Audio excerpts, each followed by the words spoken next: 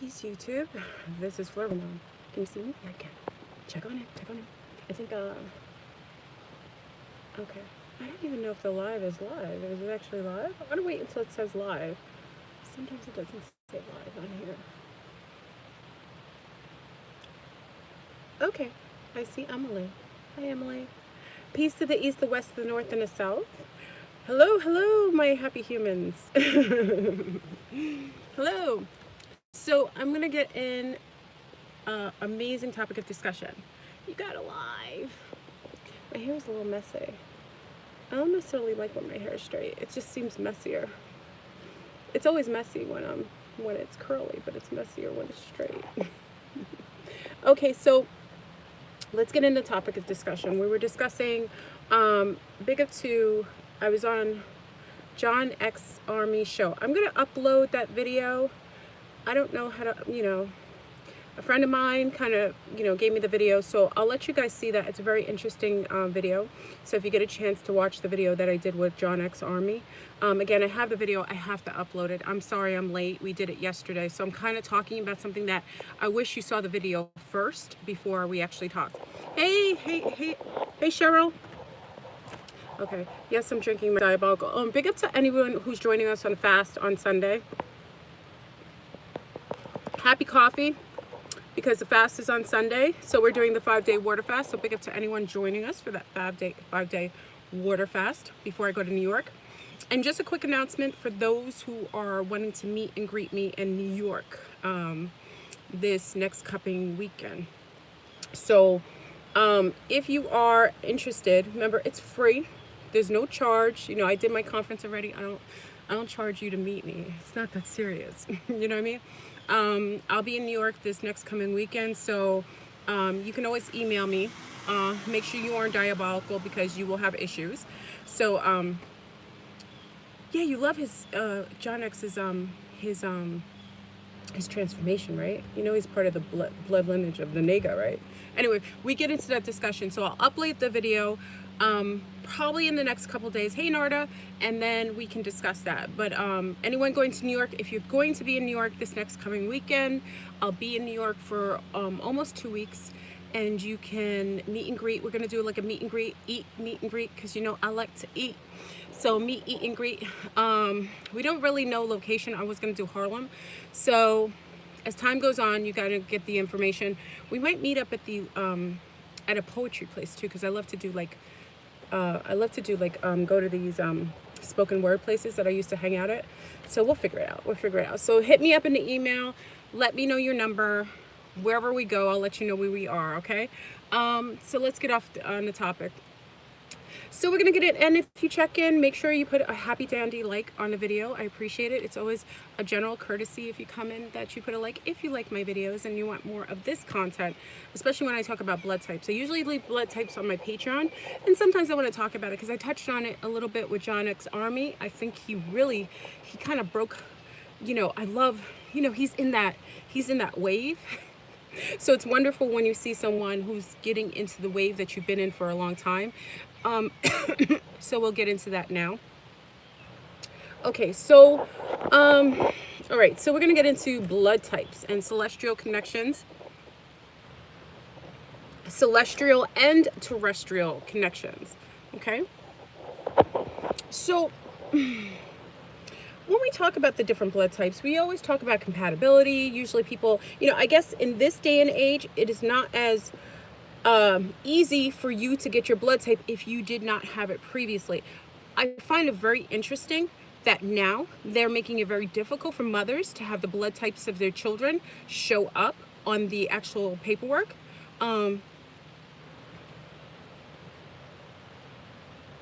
So it's interesting that all of a sudden after the last, I think it's the last, how many years?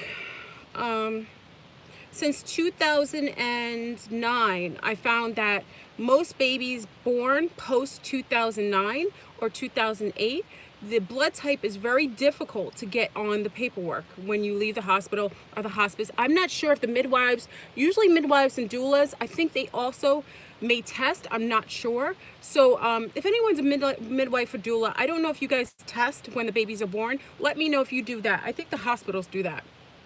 because you have to bring in the certification when the baby's born. Anyway, so it's interesting that we have a blackout of information regarding blood types now as opposed to many years ago. And it's very relative why you should know your blood type. Now, blood type has a lot to do with why you have certain propensities, especially if you're negative and positive Rus, certain things that you eat that your ancestors were eating, things that are good for you as far as nutritionally or are anti to. Many of the different reasons why you want to know blood type also is previous to having children or even thinking of conceiving children, you should always have a general idea of your blood type and your mate's blood type to see if you would be cohesive together, to see if you would be able to have children that would be healthy and masterful. When we have children chaotically, and I always say chaotically very loosely, meaning that you're having children without vetting out the partner that you choose, meaning you don't know anything about your partner's lineage, you're not sure about their sociological background as far as behavioral patterns, any sort of psychoses. Like if people suffer from mental illness, those are people, especially if it's along the matriarchal line. If a mother has mental illness, her children most likely will pass that along because she gives them the extra mitochondria. So for our sun stars, I always say this: if you have someone that you're mating with that is suffering from some sort of psychoses, whether it's diagnosed as schizophrenia, bipolar disorder, you want to be mindful, because if you give birth, if she's giving birth to your children, even if she's on medication, the child most likely will have that type of disposition. Mothers pass on more social mental incapacities than males. So you can have a male that's schizophrenic or has some sort of sociological or psychoses that he's suffering from, but he may not pass that along to the child. Okay, so just make sure that you denote that sun stars. I say sun stars because a lot of times sun stars, you are fascinated by the big bums, you like the big bums and the big breasts, and you kind of overlook the fact that if you are having any physical interaction with any of the females on this planet and they are suffering from any form of mental illness, that would also play into your child's disposition if in fact she decides to have a child, or you two decide to have children. Okay, that's just a sidebar. So when we start talking about blood types and Amazon, I know Amazon, let me state this first. Amazon does have a test, but it's very difficult to read. It's not as, because from what I saw from the kit, it's like almost like reading, you have to be like a rocket scientist to read like the way that the test kind of like plays out. I've never seen anything like it. Like you have to read how the blood looks, it's not as accurate.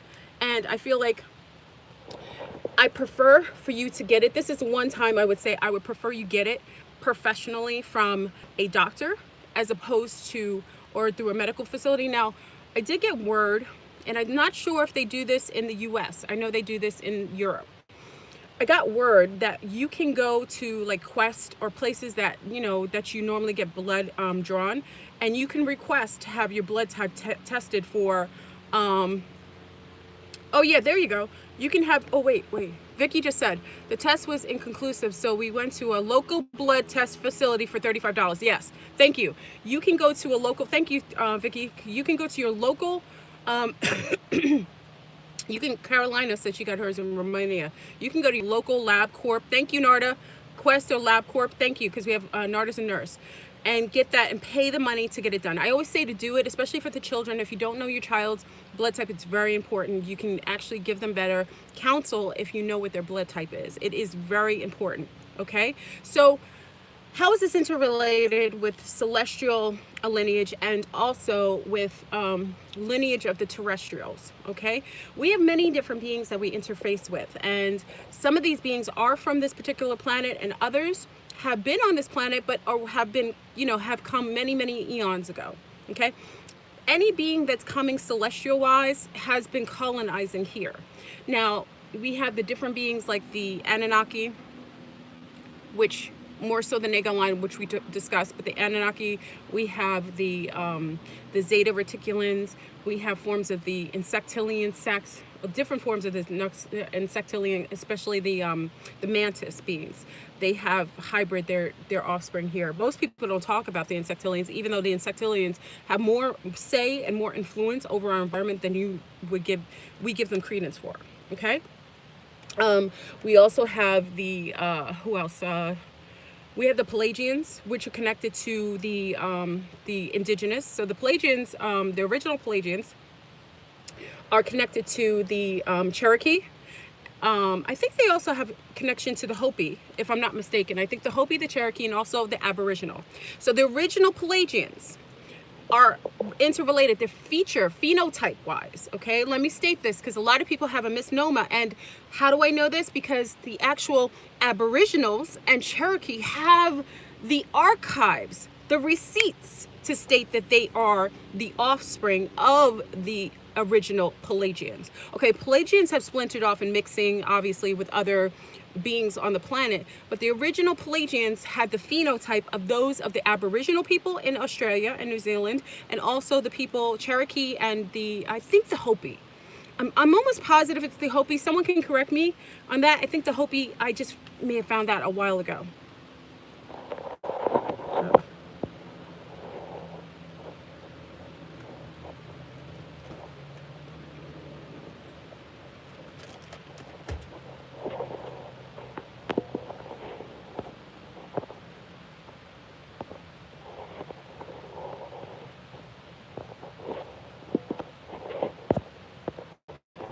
Wow, did you see that?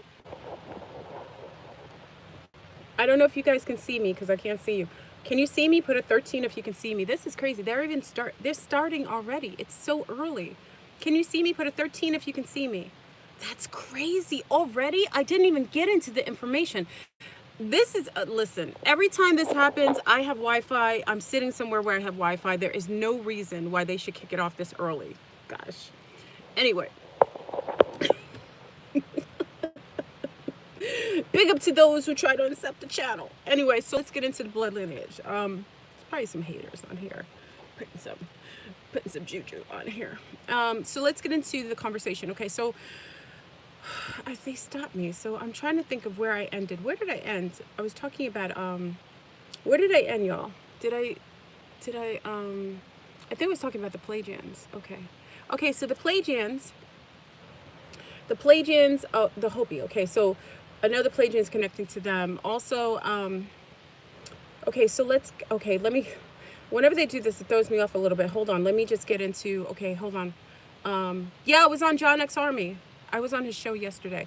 I have to upload the video on my channel, but I didn't get a chance to do that. Okay, so then you have the tall whites. Okay, the tall whites are here. Now, the tall whites are interconnected with, tall whites are mostly Germanic and Russians. So as far as I know, all the tall whites, their hybrids are either Russians or they are Germans, Germanic. They're not quote unquote white people. Let me state this. The tall whites, they don't consider themselves to be the Europeans of like the Europeans that, like the Irish, the French, the so on. They're a whole nother species. That's why I say don't put complexions into it, because they don't connect themselves to other lighter skinned people. So the tall whites, and literally the tall whites, you can tell a lot of your supermodels, a lot of your very lean, tall supermodels are very European-esque from that part of Eastern Europe. They're the lineage of the tall whites. They're not the Europeans that you know. There is the other people that are here that are very fair-skinned are light-skinned brown people. Light-skinned brown people. Let me state this again, because I got to talk about, because when we talk to genes, people always interconnect complexions mean something. There are brown people who are not even related to other brown people. We've got to get out of this complexionism. Tall whites aren't the Europeans that are interfacing with us here. They are only Germanic and Russian to my knowledge. They aren't even English. I don't even know that many, or maybe in Portugal, but they're mostly in Eastern Europe. Okay? So they aren't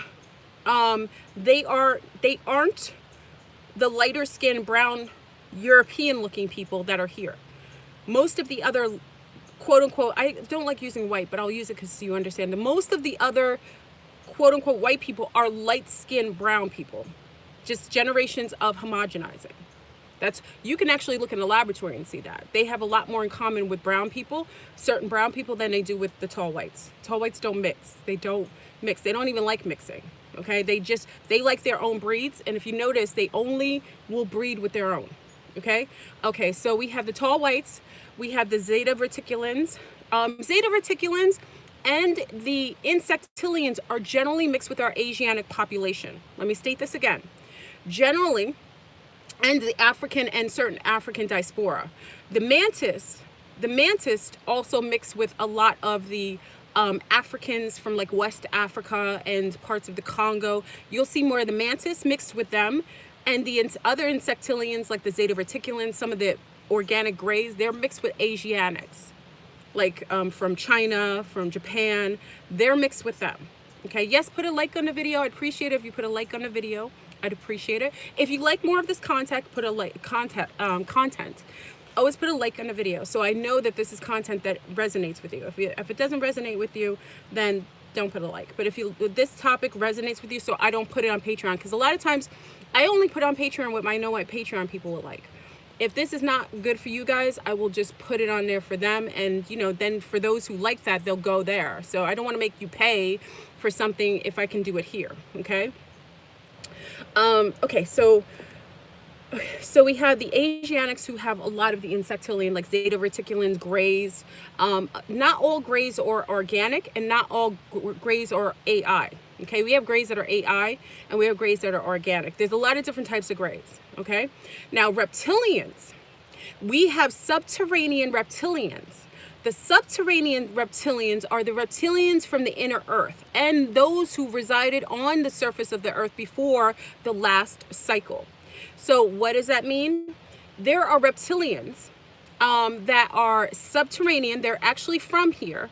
They come from the inner earth and they lived on the surface. They live on the surface sometimes during different cycles. So sometimes that's why you see a lot of their pictures on the walls of a lot of these Mayan temples or these you see them on the temples of like Kemetic temples, like in Asia. You'll see these subterranean. They're non-hostile. They're non-hostile, and they only mate with brown women. That's where you get a lot of these so-called kidnappings in Africa. Not all of that is for sex trafficking. That is literally because those subterranean reptilians only mate with melanated women, because that's all of that existed here at a time before a couple cycles ago. There was only melanated women on this planet. This planet was only a melanated, homogenous woman's planet, like an ambiguous type of woman.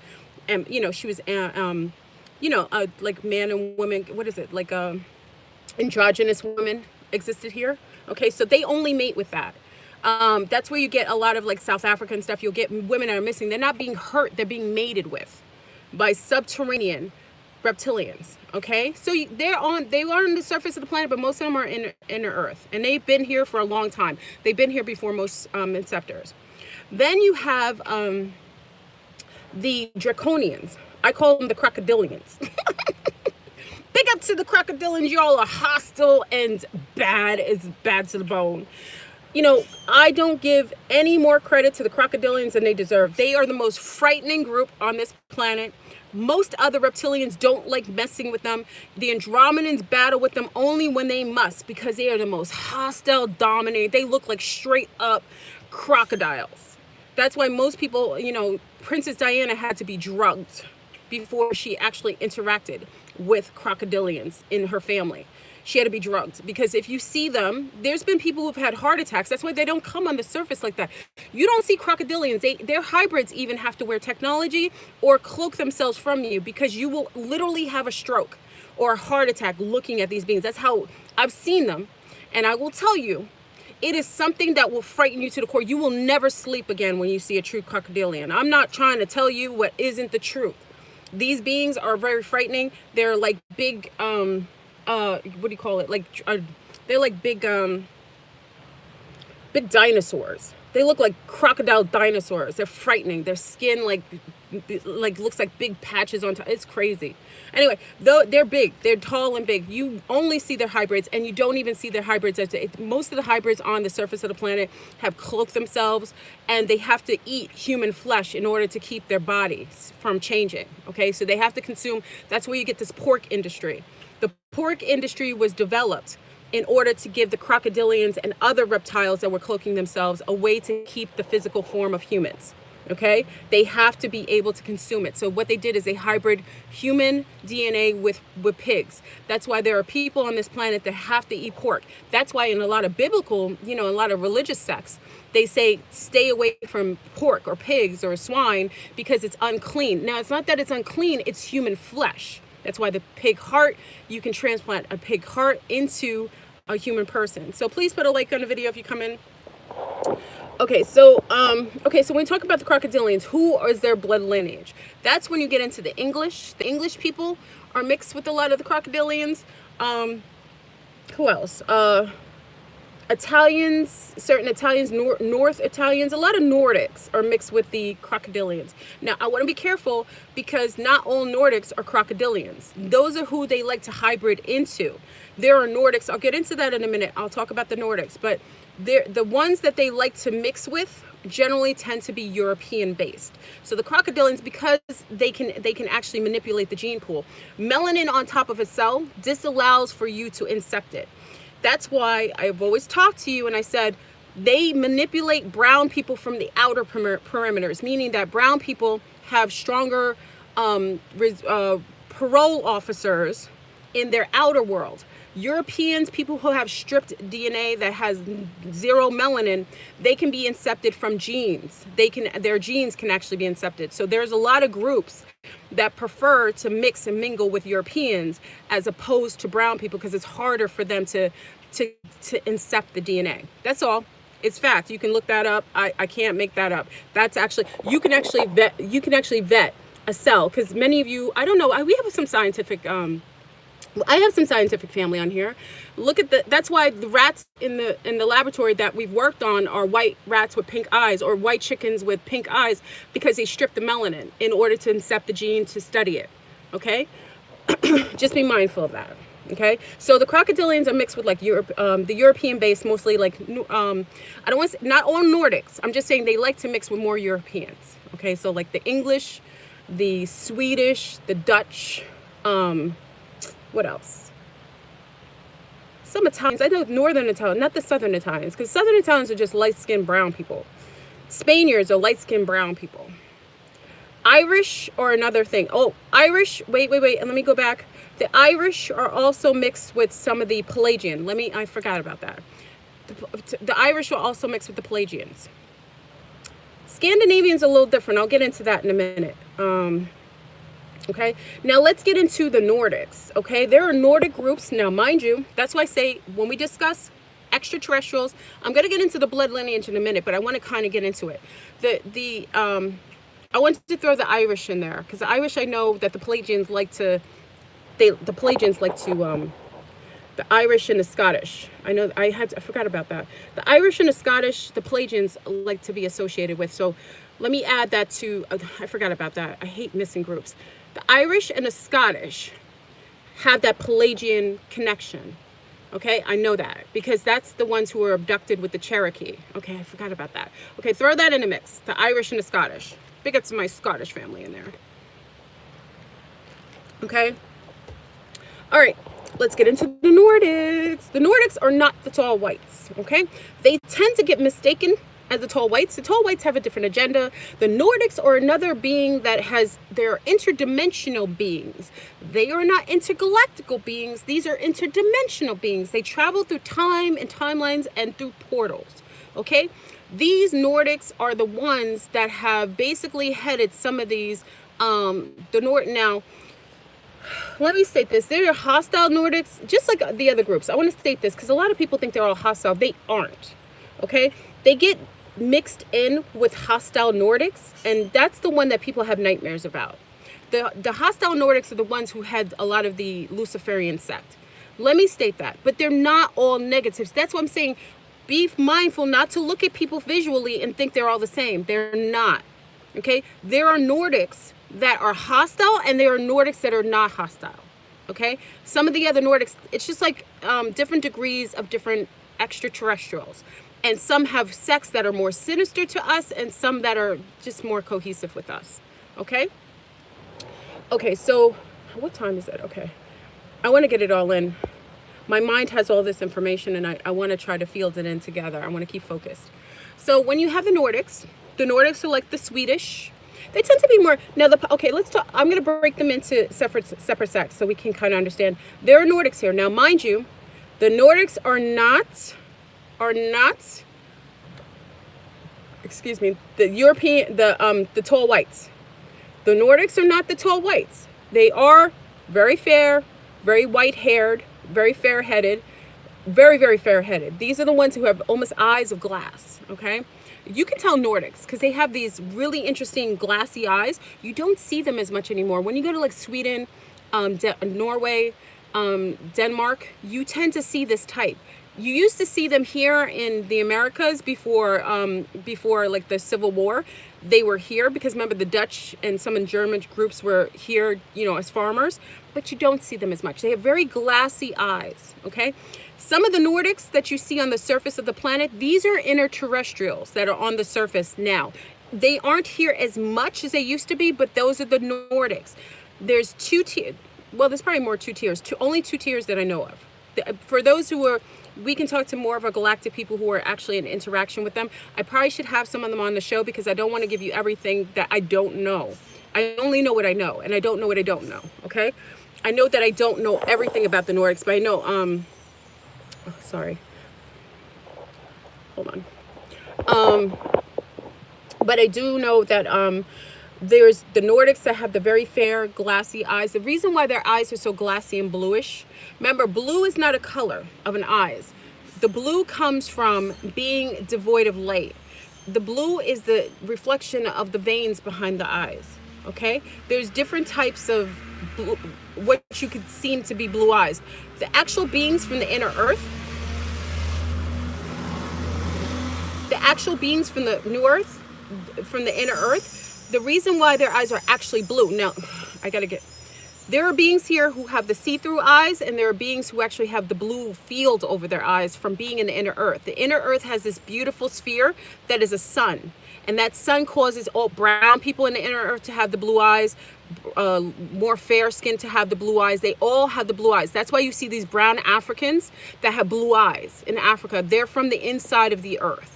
Okay, they have the blue field, and it's usually darkish eyes. But the Nordics are the ones who have that very glassy looking bluish eyes, okay? Because they're interdimensionals, and then they're interterrestrials, okay? It's actually very unique to see. It can be frightening depending on what kind of consciousness, you know, what kind of, you know, agenda they're running, okay? So the positive Nordics, they don't really do anything. That's why you see Sweden, parts of Sweden, Norway. They're very passive people. They're not very aggressive. They're not very diabolical. Those are more of the positive Nordics. Now, these Nordics are not from here. They're interdimensional beings, and some of them are from the inner earth, okay? I can't say they have an agenda. I just know they exist. The only ones we know that have an agenda are the dark Nordics. When I say dark Nordics, those are the ones who had the Luciferian sect. Okay, those are the ones who kind of, them along with certain insectilians and draconians, those are the ones causing a lot of the diabolical behavior. Those Nordics that are diabolical, they usually are what we call energy vampires. These are the ones that you hear about that are drinking blood. They can't be in sunlight too long. They have a hard time with being exposed to the surface. They're not surface beings, so they have a hard time. That's why they live in areas where there's very little sun, sometimes in the mountains, okay? They have a very difficult time. Many of your stories about Romania and things like that, where, you know, where Dracula lived, those are the stories of the Nordics, okay? Because they look so frighteningly pale and pasty, they have this, you know, they are vampires, but they're not all bloodsuckers. They drink your energy. Now, this new movie, I don't know if anyone got a chance. If anyone's stepping in the building, please put a like on the video, just as a general. If you like this topic and you want more of this content, put a like on the video, so I know you like it. So I'll keep this type of content coming more, okay? What do you call it? The Nordics that are the ones that are vampiric, they just made a movie on them, okay? The movie was called, it's out now. Dr. Sleep? Is it Dr. Sleep or is it Dr. Night? What is that movie that just came out? I just saw it. Dr. Sleepers? Was it Dr. You know the new movie, guys. What's the name? Dr. Sleep? Is it Dr. Sleep?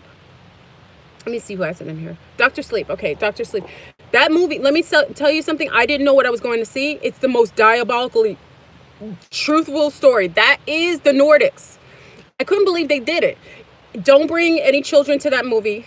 Don't, if you have a problem, don't, let me just say this. That movie was the most real movie. It's kind of like a spinoff from The Shining.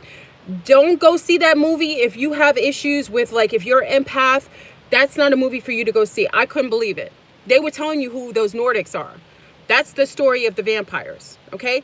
And that's exactly, yeah, it was, listen, that movie was so on point that I couldn't believe that they were sharing it. I was in shock. I was in a movie theater like this. Oh my God. It's very disheartening, okay? So, go see that movie if you get a chance. If you're not very empathic, if you're empathic, just maybe see the trailer, okay? The trailer won't even give you a denotion. Let me just give you a consensus. In the movie, they show the Nordics, the diabolical Nordics, not the passive Nordics. Let me explain something, family. I want to make this clear to my knowledge.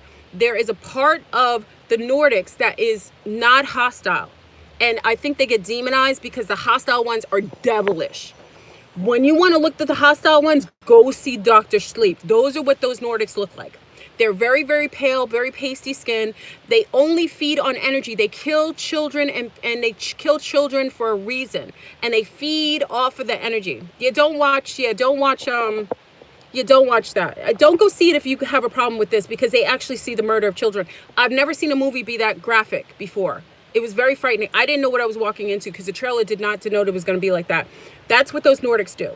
And that's a part, those are who had the Luciferian, the vampire sect. When you look at vampires and you look at vampires and what they do, they're speaking to those Nordics. Okay? I'm not going to spend too much time. Maybe I'll do a breakdown of the movie when everyone sees it. But that Dr. Sleep, it was a spinoff of The Shining, but it was, woo! That took me to a whole nother world. It was. Very good movie, very on point movie, only because it really detailed how they feed off of children. They were breathing in their essence. And it's kind of like the Dark Crystal. Remember the Dark Crystal? Like they were taking in the zest of people's souls. But the way that they did it, that is the story of vampires. Okay? And those are the Nordics, the hostile Nordics. Okay? That's what they do. The Luciferian and Satanic sect take a lot of their cues from them. Okay? So that's the Nordics. Okay, I'm going to get in Bloodline. I'm just trying to get some of the extraterrestrials and interdimensionals out of here into the Arcturians on this planet. This is a little different. The Arcturians on this planet do not genetically hybrid, but they energetically hybrid. Let me state this again. The Arcturians do not genetically hybrid their lineage. They energetically hybrid. What does that mean? It's so noisy. It's never noisy like this. Hold on. Big up to anyone in the room. Just put a like. As a common courtesy, I don't mind if you put a like on the video. Again, if you like the content, you step in the room. Just as a common courtesy, if you put a like, I'd appreciate it. Okay. So energetically, they imprint themselves on certain children, certain people. When you see Arcturians, you know them by what they do. They usually have a certain light and a tone frequency. Arcturians are the ones that are your artists. They're the ones who play like music just naturally. They're the ones that you see all this artwork, like just inspired artwork. That's the Arcturians who have hybrid themselves energetically. They are the master at light frequency and at light frequency and sound frequency. Okay, a lot of you musicians, your violinists, your cellists, your pianists, your singers, right? beautiful singers. The ones that sound like birds. I know they're very connected to these Arcturians. They just, you can hear it. They're born from the babies. You can hear them. They'll say, oh, you know, they'll have this beautiful tone. That's the energetic hybriding of Arcturians. They're here to change us. They're here through tone and light frequency to change us. They affect us through their expression of artistry. Those are Arcturians. They come from many different backgrounds. You don't have to be lunar. That's the one group that splinters into everyone. You have lunars who have that. You have brown people from Africa, everywhere. They do an amazing job at doing that. It is beautiful, beautiful. The Arcturians are the one field. Now, Arcturians usually, when they hybrid themselves, they actually usually do it in very obscure, like I notice their hybrids tend to be like in very isolated places, like in the hood, like even in the hood. Like they put it in places where people require their frequency. So they won't put, like, I don't see a heightened amount of Arcturians like in mainstream places. You'll see them like in the mountains in like Switzerland, or you'll see them in the hood in like the South Bronx, or in Brooklyn, or in like the hood in South Africa, or in like Rio de Janeiro in a favela. Those are the Arcturians. You notice that? They always put them in obscure places where the people require that to elevate them. You understand? So they'll be in, like, look at Rio de Janeiro, and you see some of the artwork or the music coming out of there. That's Arcturian hybriding. Okay, it's beautiful. Okay, so we have them. The Lyrians. The Lyrians are more like guardians. Okay, so Lyrians are hybrid. Now there's a lot more Lyrians than I knew. Okay, I didn't know as many Lyrians. Russia has a lot of Lyrians. Okay, Lyrians are everywhere. It's not connected to one complexion because they come a plethora, like cats. You know, cats can come black cats, you know, gray cats. Lyrians kind of have that feel. They don't go to one racial background. Okay, I'm going to get into blood types in a minute and how it interconnects to this, but I want to just denote what kinds of people on this planet some of these beings are mixing with. Lyrians, they're mixed with a lot of Russians. Lyrians are mixed with who else?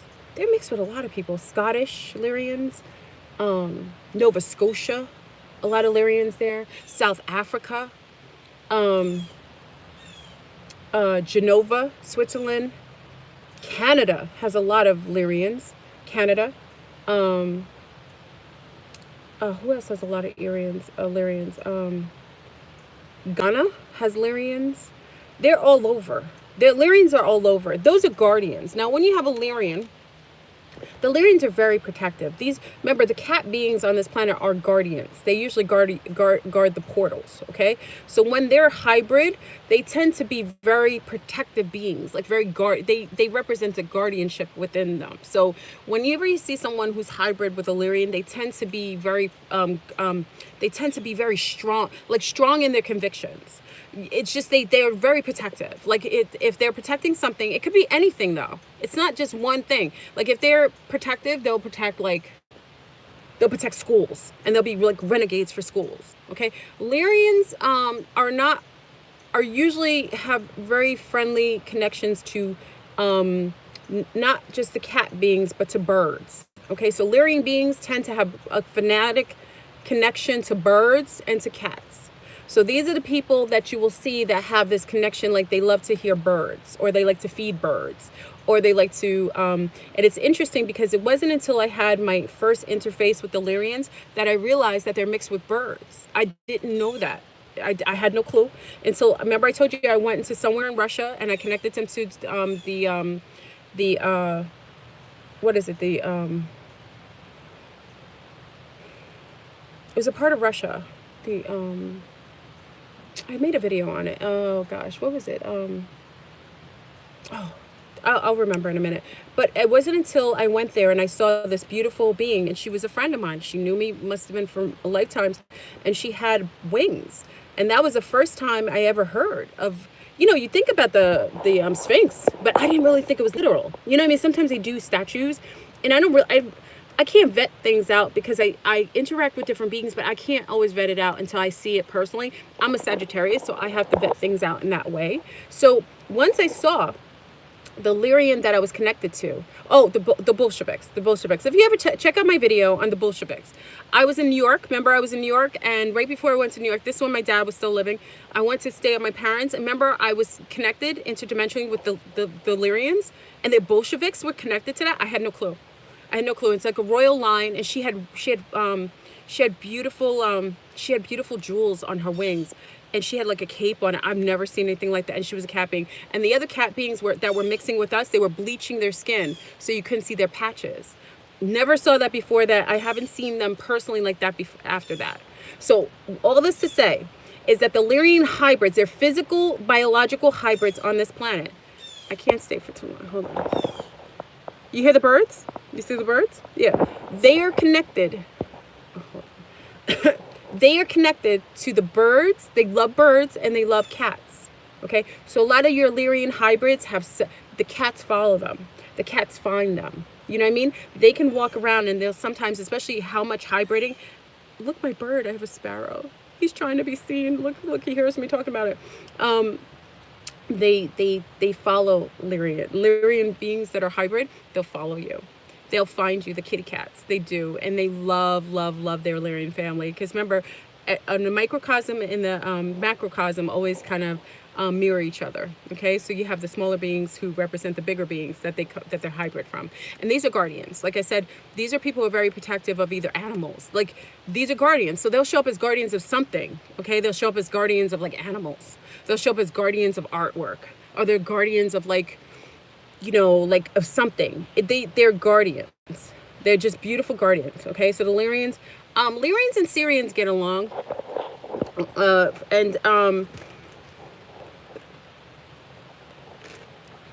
Like there's a YouTuber, I told you, I saw him shapeshift. And I was kind of shocked because he looked like a bird being. Remember I told you? I think his name is Ralph. Remember Infinite Waters? Infinite Waters, diving deep. Remember, I don't know if he's still on. Is he still on YouTube? Remember Infinite Waters? Is he still on YouTube, y'all? Okay. Is he? Oh, he is. Okay. I didn't know if he's still on. I subscribe to him. I don't know if he makes videos. I don't see his videos anymore. Okay. So he shapeshifted into a beautiful bird. Remember I told you he had like a bluish nose, like a yellowish nose and like bluish skin. He turned into like a beautiful bird. And I've never seen that before. Like a being that I've never witnessed that before. So my assumption is that he's mixed with like the Syrians. More like bird-like beings. Just something, I don't know, because his skin lightened, and I just assumed he was lightening his skin. But when I saw him shapeshift into a bird, I don't know that he's lightening his skin. He just maybe his hologram is like messed up. Yeah, you know what I mean? Or maybe he's a blue avian. I don't know. I don't know what it is, but he's like a blue being. He's like a beautiful bird being. I mean, it's beautiful. I think he looks beautiful, but I really judged him because I thought he was lightening his skin. But when I saw him not shapeshift, I just saw him for his energy, whatever's on him. He was just a bird being, like yellow and bluish. It was beautiful. It wasn't ugly or anything. It was beautiful. So big up to him. I really appreciated him. Maybe he just revealed himself to me. I don't know. So, and blue avians, maybe he's a blue avian. I'm not sure about the blue avians. I can't speak on it because I don't know if that's what he is, but I know he's more Syrian. He looks like a bird being. Okay. Okay. So we get into that. Who else do we have? I talked about the Pelagians, Arcturians. I talked about the Zeta Reticulans. Zeta Reticulans mixed with like the European, the Mongolians. The Zeta Reticulans, they love to hybrid with the Asiatics and the Mongolians, like people in like the end of Russia, and go into Asia. Okay, so you know where Russia's right here and Asia's right there. Those are Zeta Reticulans. They love to mix with them. They don't mix with brown people. I've never seen a Zeta that was mixed with a brown person ever. I don't think they can. That's what I'm saying. Certain groups can't mix genetically with certain other groups. They just, I don't know why. Just genetically, I think there's no match. So the Zeta Reticulans tend to be mixed with the northeastern Russians and those in Asia. Okay, that's more. Remember, the Zeta Reticulans look more Asian. They look like almost like grayish, gray insectilians. They have that feel. It's very Asiatic eyes, but big eyes, but slanted. Okay, that is the Zeta Reticulans. Remember, I had contact with them initially when I was part of Zeta Talk. Big up to Nancy Liger, who I was on Zeta Talk many years ago. That's how I kind of talked to Sonia Barrett on that show. This is like 12 years ago. And I was part of Zeta Talk. I don't know, some of you are from Zeta Talk. Okay. Okay. There's so many groups. I want to get into blood types. Should I touch on some more groups? Martians. Okay. Okay. So I want you to all watch an old cartoon with Bugs Bunny and this little dark Martian who had really, really brown carbon skin. I don't like use the word black. He had really, really dark carbon skin. Do you remember him? What was his name? What was his name again? Marvin the Martian. Thank you, Nisi. Marvin the Martian. Okay? People don't realize that when they show you things like that, they're telling you. Marvin the Martian is a denotion of the actual Martians that are hybrid here. And they're not actually hybrid, they just live here. And I knew one that's a diabolical being. I don't associate him anymore, but they're the Moors. They're Murs. The original Martians are Murs, the Moors, okay? They are short, they are dark, and usually they have dreads, okay? Oh, the helicopters are coming. Means we're touching a spot. Be gone, helicopters. Okay, so they're usually short and they have dreads. I had the pleasure to meet a couple of them years ago on when I actually kind of found myself like somewhere that looked like Mars, and they were short with dreadlocks, males. So they have dreadlocks. They're short and dark skin. Okay, so you see a lot of the Moors. A lot of the Moorish community, those are not the Moors that you see. I'm talking about the Moors, Murs. Those are Martians. They are connected. Also, I think they see to Lemuria. Okay, I think that a lot of them were in Lemuria at the time. Okay, they're not I don't see anything diabolical about them. They do, like the being that I was associated with, he's just a nasty being. He's just a parasite. But I mean, there's nothing negative about them. They're just here. Like they're here. They're very smart, very, very smart. They're smarter than their intelligence supersedes the majority of people that they ever come across. They're able to they use telekinesis. So they're heightened in telekinesis. These are the beings that you'll see, like that being used to turn my phone on and play music. They can biolocate. They can also astral plane very easy. That's why the Moors are very smart. They're very, very, very, very, very, very, very, very smart. When I say smart, they just supersede the intelligence of the average brown person that they come across. Okay, they're just very, very. The Incans are probably mixed with a lot of that Moorish community too. Okay, I think even some of the pictures of the Olmecs are connected to the Martians. Okay, that I don't know yet, but my assumption. I personally think, so I can't vet that out yet, but I just always associated a lot of the Olmec heads to be associated with the Martians, okay? So there's Olmec heads all over the planet. That's how you know who was here previously. All the colonizers leave themselves markers of themselves, okay? So those are the Murs. Dark skin, very brown, carbon beings that they usually have dreads. Their hybrids always get dreads. And they look almost like goblins, almost like trolls. As far as features, their eyes are very bulbous, biggish eyes, very robust. Maybe the toit, very robust features. Like lips are very thick, nose very thick, skin very. They're robust kind of features. I wouldn't say. I guess, because I don't want to say Africano because there's brown people all over the planet, but kind of like what you consider to be Africano. Those are the Moors, okay? The Moors, like I said, they have heightened amount of telekinesis. They're able to move things with their minds. They astral plane phenomenally. Those are the people who go into occultism too. A lot of times you'll see a lot of these Moorish men go into occultism. These are the ones that go into like occult because they do so well. They actually do well in it. So those are the Moors, okay? Let's see.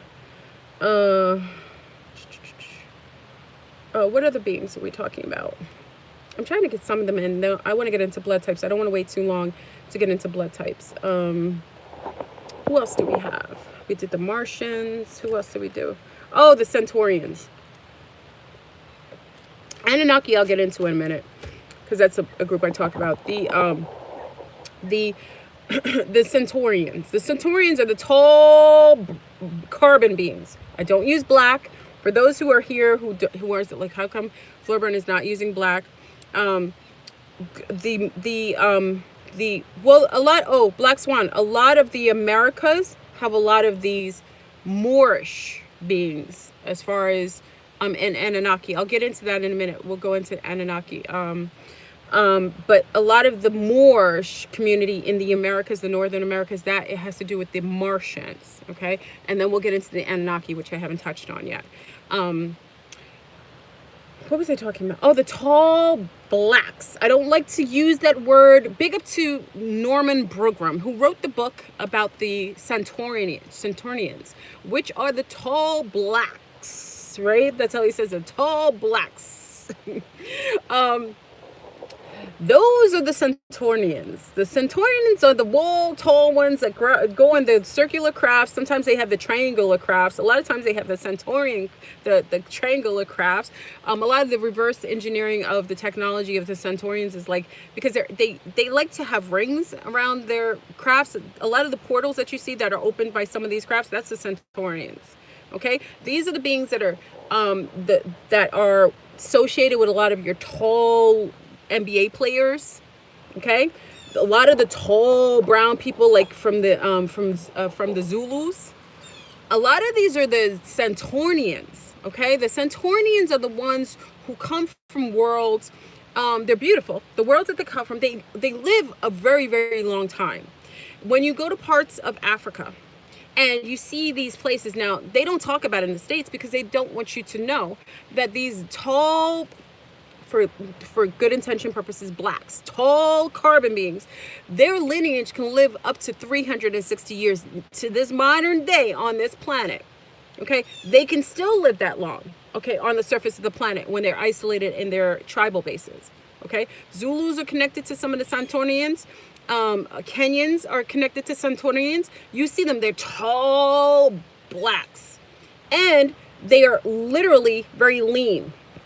Now, not all tall carbon beings are Centaurians, okay? Centaurians are always going to be these, how you know that they're actually Centaurians? Because they're abundant. The Centaurians, for some reason, they disallow their own from non-being abundant. So even, it doesn't matter where they are, it doesn't matter where they're located, their tribes are benefiting, or if they're in the States, they will take them in. That's why a lot of the Luciferians and so on will procure all these Centaurian hybrids and give them, you know, jobs as athletes, or they take all the tall browns. They like to get them in and give them something to do to, you know, make this astronomical amount of money. Okay, all the Centaurians, to my knowledge, those are the ones that you go to their homes in Africa. Remember, they are the wealthiest. The Centaurians and the Anunnaki, they kind of work in sync. Centaurians are not linked to all brown people. They don't necessarily see all brown people as them. I want to make that clear. A lot of brown people like to say, well, why aren't they helping brown people? They don't see them. They're another species. They don't see them associated with you. They know what species you come from, or what, you know, they know a lot of people on this earth are also biologically hybrid or incepted. They don't see them as you. We got to stop getting into complexions, because people are obsessed with complexions because they've created these coups. It has nothing to do with complexions. They don't see them as you. So I always say this to say that be careful. Sudanese, a lot of tall Centaurians, because the wealthiest people on this planet are brown people. Let me state this again. I know that many people will be like in shock, but you shouldn't. The majority of people on this planet that are the wealthiest beyond your comprehension are part of the Centaurians, okay? And they are hidden from you. So they'll make you seem like the Bilderbergs are the wealthiest. They'll make it seem like people in Europe are the wealthiest. Oh no, you have no clue. They have houses made of gold. It is not the sheiks. It is the Centaurians that are in Africa. And these people are hidden from you because they don't want you going to them. They don't want you trying to do a coup. So they hide and they cloak. These are the ones who have parties and you walk up and there's elephants guarding their gates. I've seen it. The wealthiest people on this planet are the Centaurians, and they rule. They don't mess. They have their own, they don't really mess. There's no really agenda. They just have been here a long time. They don't really get involved in like the human politics of things of the other messy groups. You know what I mean? They just coexist. Africa is the richest. There's a reason why Africa is the richest continent. You may see a lot of these pictures of like babies with extended bellies, and so, that is in Africa, my loves. Africa is the most resourceful place on this planet. And that's where many of those strongest and most powerful beings coexist, including the Centaurians and Anunnaki. They live beyond your wildest comprehension. Like Wakanda, they have technology that supersedes anything that we'll ever perceive or see until after the pole shift. Okay? The tall blacks rule as far as the African diaspora. Okay? Let me state that. All right? So that's the tall blacks, quote unquote blacks. Okay? That's the Centaurians. Who else? Oh, let's get into the Nomos, okay? The aquatic beings. The Nomos, the aquatic beings, they come from Sirius. Okay, these are beings that were shipped in from Sirius. These are like connected to the whales, the dolphins. What time is it, family? I have a life. I always get into these conversations so long. Please put a like in the video. If you come in, if you like the content, I don't want you to give me a like without giving me, your approval.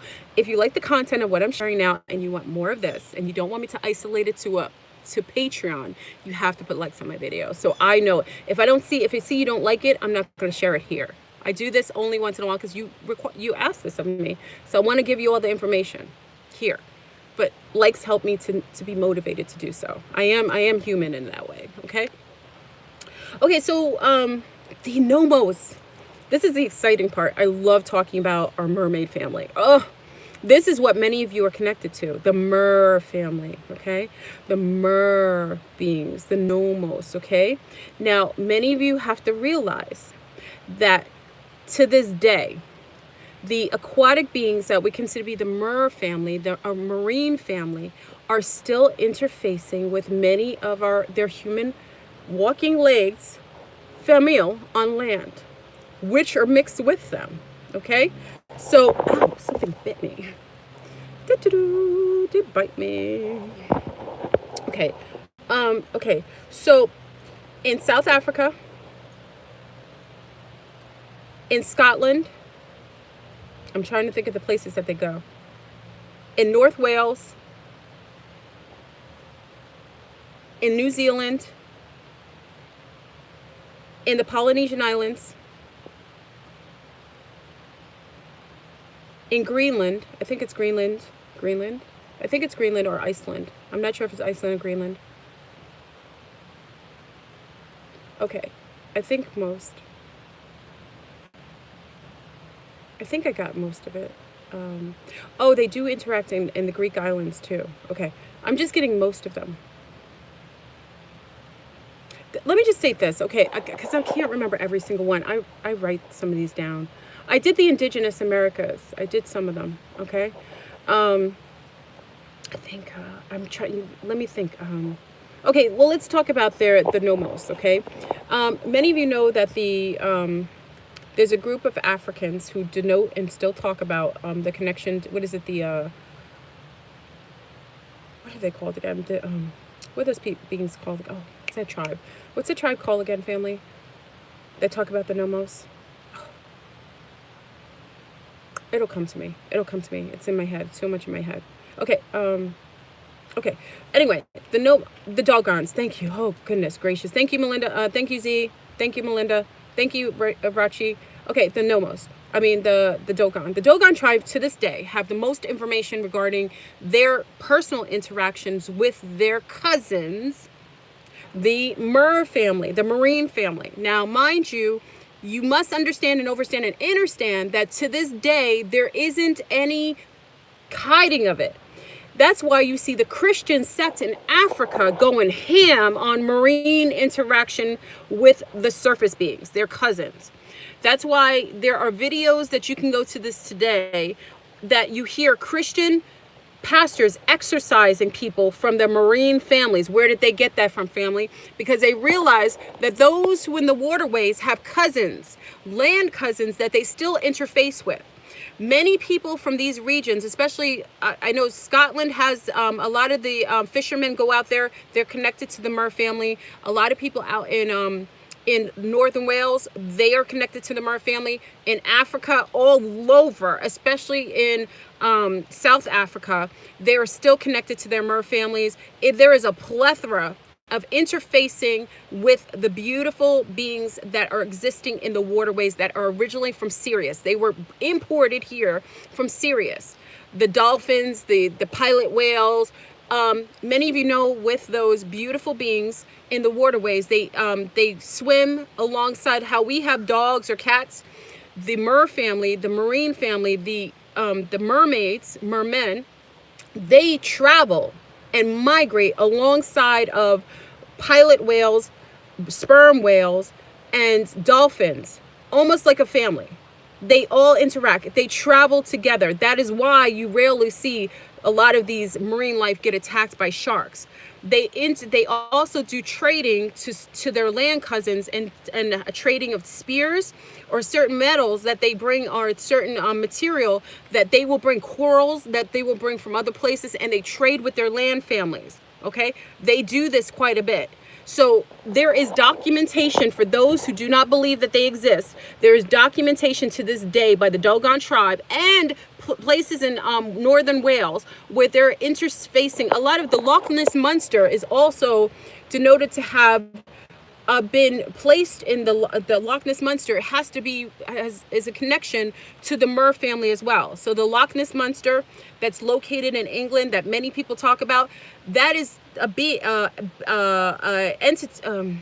I don't want to say entity. It is something that travels from the inner earth because it's portals inside of the inner earth. It actually has interface with the inner earth.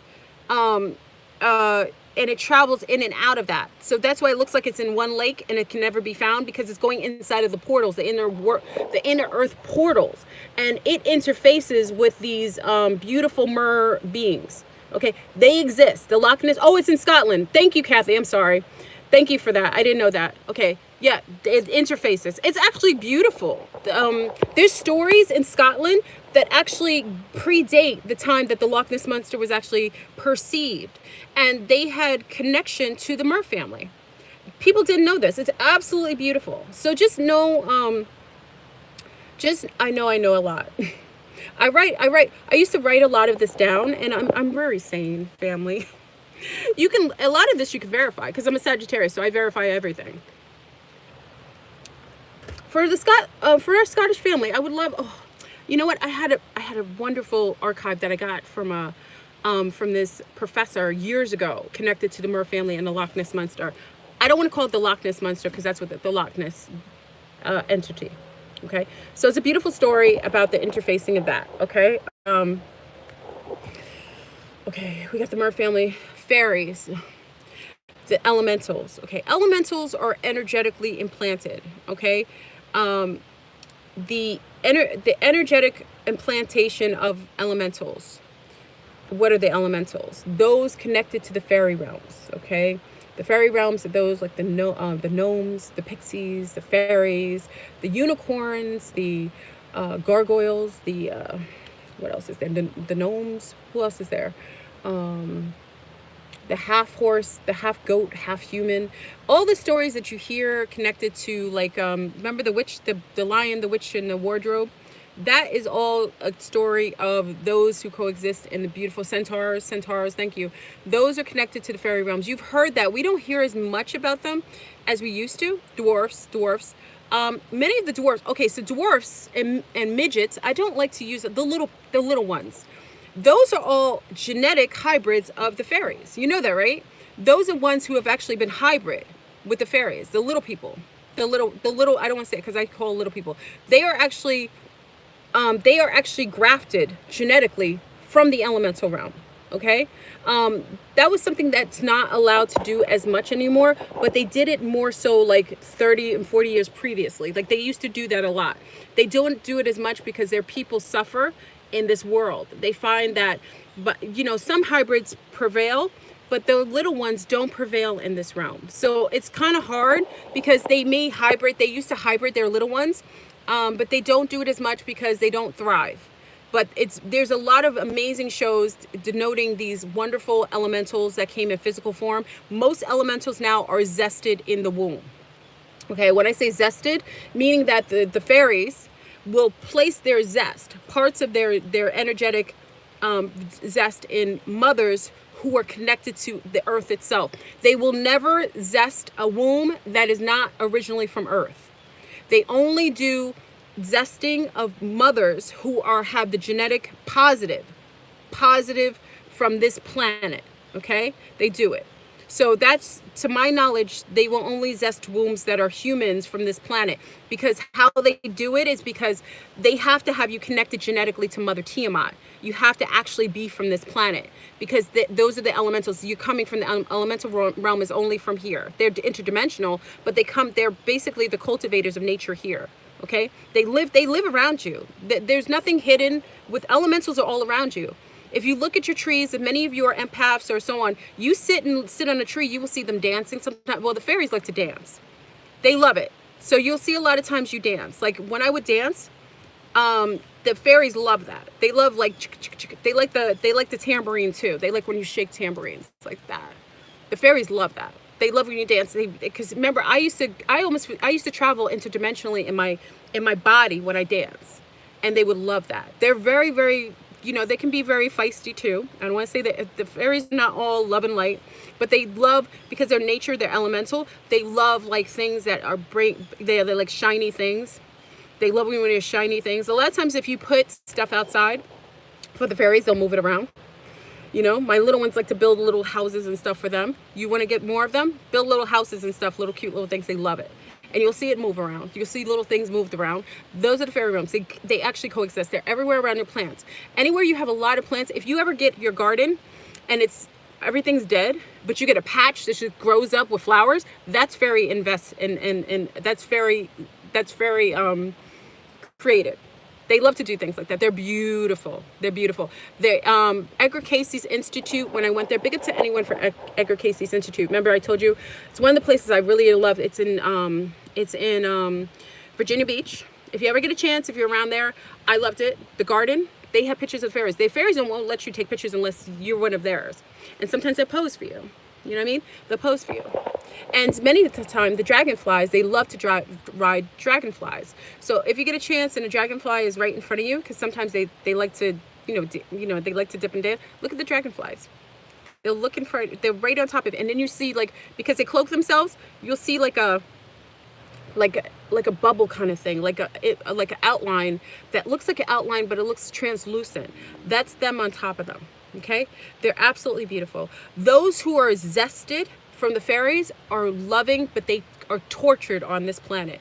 They are usually your Pisces. They usually come with like Pisces water signs. Water signs usually come with a lot of elemental. There are fire signs too, but a lot of water signs. I know that me personally, I don't know if it's for all, but I notice a lot of water signs have a lot of that fairy zest on them. A lot of them. And they're very sensitive. These fairies are tortured on this planet because our planet is so overrun with darkness. Any elemental has a very difficult time right now. They've always been that way. Hey, Terry. Yeah, they've always been tortured. And it's very sad. I feel really, it's hard because we need them. They come and they make us into better people. Anyone zested from the fairies, they make us better people, but it's very sad because they get tortured. A lot of them go through depression. A lot of our fairy zested ones on the earth, they go through depression a lot of times. They can't deal with the hardship. They haven't any malice. They tend to be very, they're just sensitive. I don't like talking about that much because it's very sad. It's very sad because they're so happy. They love dancing. They love being, so our fairy elementals, they love to be in nicks of tribal based. They need to be protected. So if you have mothers, or if you're zested, you know when you're zested from the fairies because the sparkles come around you. Many of the mothers, we know when we carry zested babies. The zested babies come and they are very happy. They giggle a lot when they're born. You feel them. They're like sprinkles in your tummy, okay? Many of this, I could talk to many of the mothers who've been pregnant with zested elementals, okay? Many elemental mothers give birth to elemental babies, okay? So for the mothers who are zested, you know who I'm talking to because they just know. It's not something you can guess. Just know that keep them very cold. We're going to a better time. Keep those babies protected. I don't even think they should be in school, to be honest, because the other children can be very heinous to zested babies. They're giggles. They're beautiful. They're giggles and they're very pretty. Zested babies are very pretty. Many people look at them and they know that they're fairies because they look very unique. Fairies have that beautiful, like they just look beautiful, okay? Doesn't matter. Now, complexion doesn't matter. The zested babies can be brown, fair, light, white. They're everything. You will find elementals that are Asiatics. You will find elementals that are European. You'll find elementals that are Africano. You'll find elementals that are in the States, you know, like brown people in the States, lunars in the States. They're everything. But you'll know them because they have this beautiful energy and they're so sensitive. Watch the zested babies, okay? Let them do their artwork. They're great artists. A lot of the zested elementals, they love art. You give them an easel, give them some paint, they'll do well, okay? So, you know, and like I said, I noticed a lot of these beautiful babies are very sensitive and they're water signs. A lot of them are in the water signs. I don't know why. I haven't vetted that out, but you guys, maybe if you get a chance, if somebody can kind of go and do more research. I just researched a lot of it and I found that a lot of these beautiful zested elementals have a lot of water in their chart. I don't know why that is. Could be something to do with that. It's beautiful. So protect those zested babies. They're beautiful and they're people. And you know, a lot of times you just have to, if you know those zested adults, you know them because they're so sensitive, protect them. The indigos, yeah, protect them. Just keep them safe, keep them occupied. Let them always live in bubbles. Let them live in bubbles. It's okay for them to live in nature. Those are the ones you should let be in nature all the time because they're happiest. They're happiest building their little, they like to bake. The elementals like to bake. They like to have sweet things and they also like to be in nature. Let the babies be in nature. Let them play around the trees, give them some stuff to make stuff and they'll love it, okay? So big up to all my beautiful, I keep forgetting, I love my elementals. I'm an elemental, so but I can appreciate the elemental zest, okay? What time is it, family? Can you give me the time? Because I gotta head out. I'm so basically breaking down. I was going to go into blood types. I'm still breaking down the different groups. There's so many groups we're interfacing with. It's beautiful. Can someone give me the time? I want to know what time it is. 10:50. Okay. Okay. So I have a couple more minutes with you. Okay. Thank you. Okay. Who else did we want? Okay. So before I get in blood types, who else did you want? Is there anyone else? Anyone else? Okay. Let me see. I got into the elementals.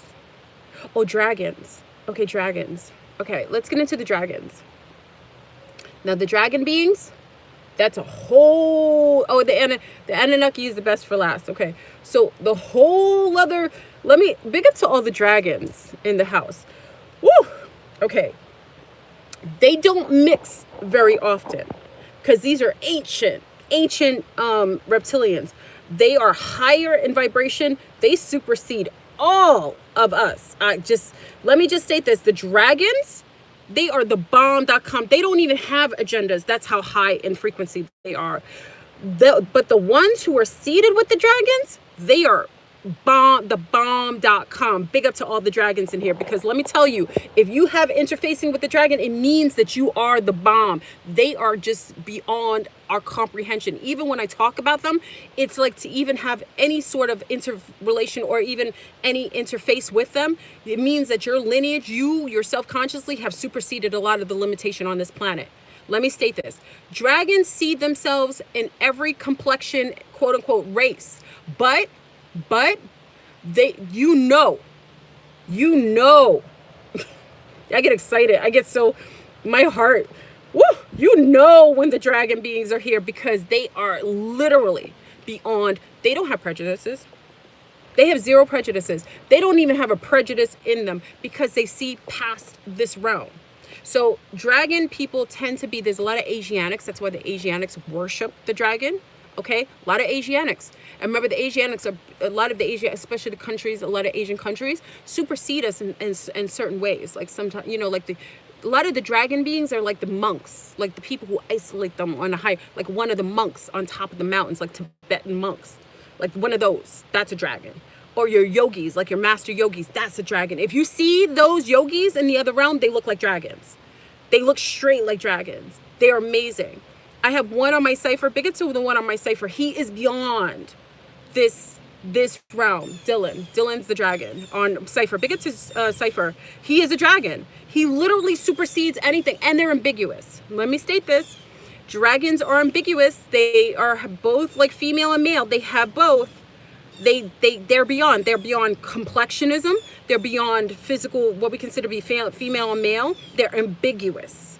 They are amazing. So when you are in contact with the dragon, you will take whatever they share with you. Take it and deal with it. And if you're having interface in the meditation state, best know that any intel that dragon gives you, you should take that in and write it down.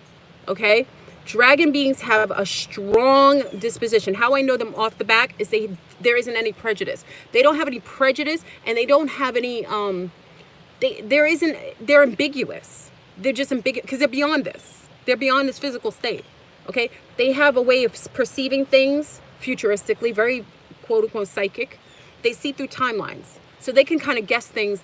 It's not guess. They kind of see things. So they will tell you things that will happen.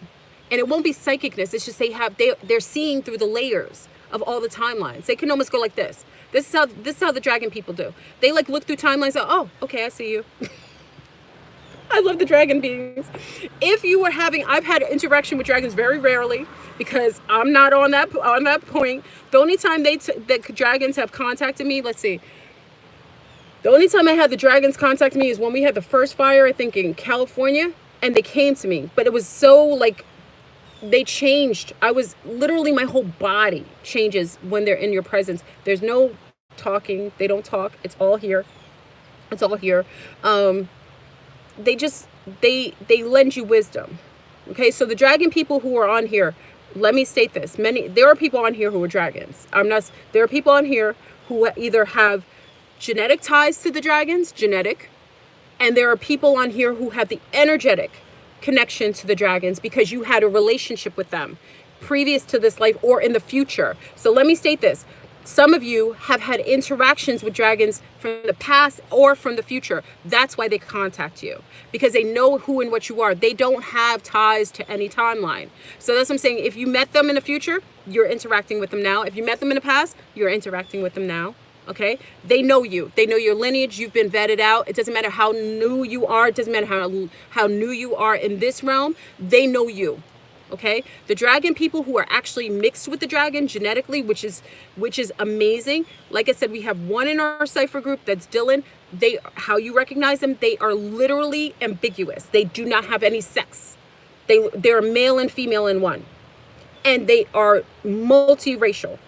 They don't occupy any space of complexion. Sometimes they even change their complexion. Sometimes you'll see them, they'll look lighter. Dragon people who are mixed with their genetics.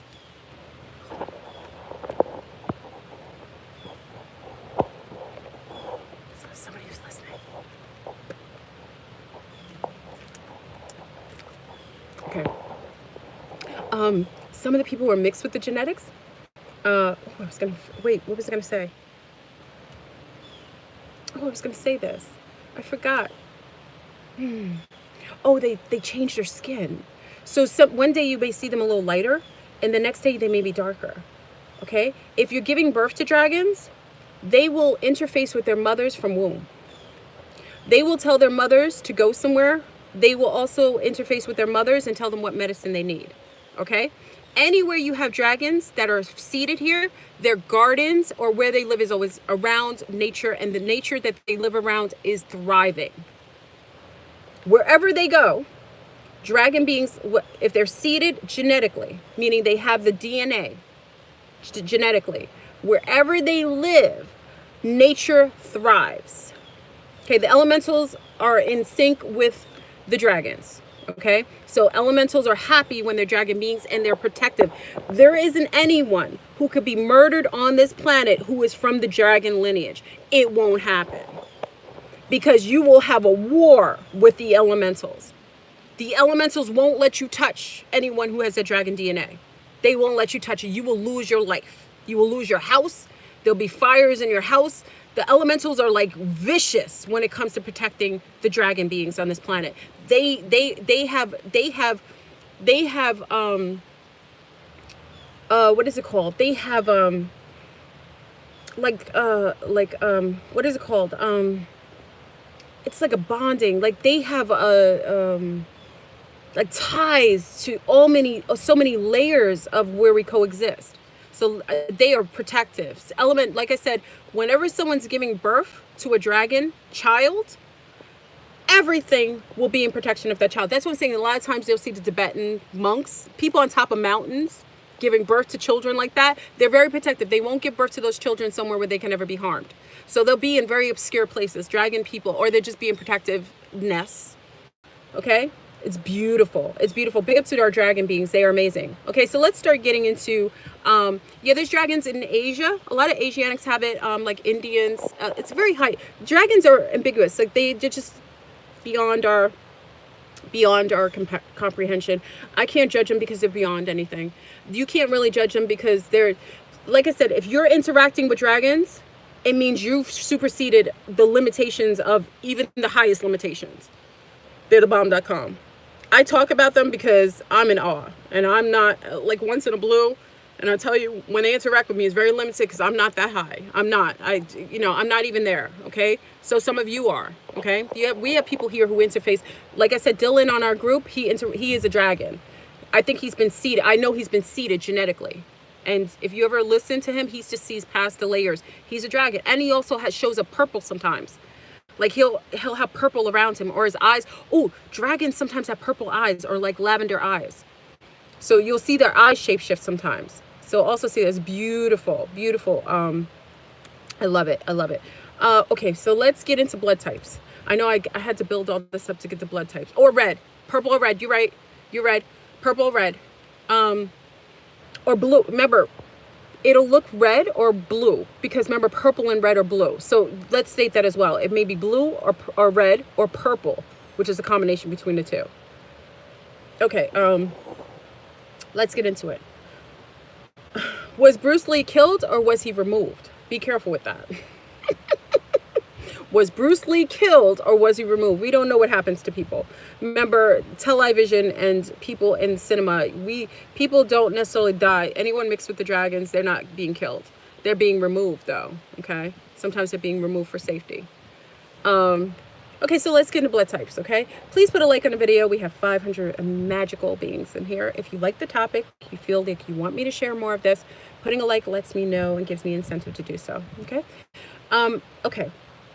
Let's get into blood types. Now we have different beings on this planet. I can only do this for half an hour more. I wish I had more time because I got to go do something before I got to go do some stuff before. We have, oh,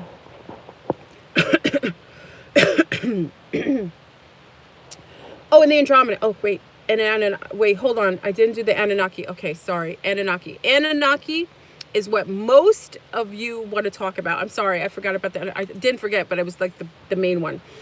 Anunnaki are the people from the other side, okay? Anunnaki has two main sects, okay?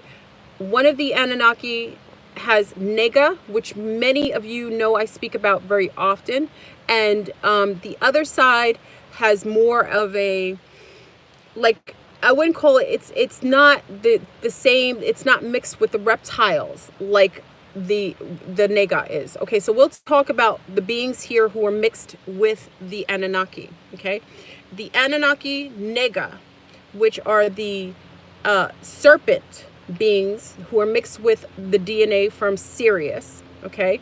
They are the ones who've been demonized in your Bible. Remember, the serpent was the one who tricked, Eve into eating the apple. The serpent, you'll always hear people demonize the serpent. That's because of the aversion to the Nega serpent. Empress Sheba, who is still existing today, who was hidden in the Caribbean until she was able to take on her crown, is a coexisting physical, genetic, mostly almost all nigga blood lineage. She exists today. Every king, queen, everyone acknowledges her. You can look that up. Empress Sheba III. She is here now. She coexists. She goes from nation to nation. All princesses and matriarchies acknowledge her. She is a standing empress on this planet to this day. Okay, that is part of the Nega line. Negas are born. That's how you know who they are. They're born with white hair. Okay, now the more nigga you have, the more white hair you have. It's rare that you have too much because it's a blood lineage that is not that has issues on this planet.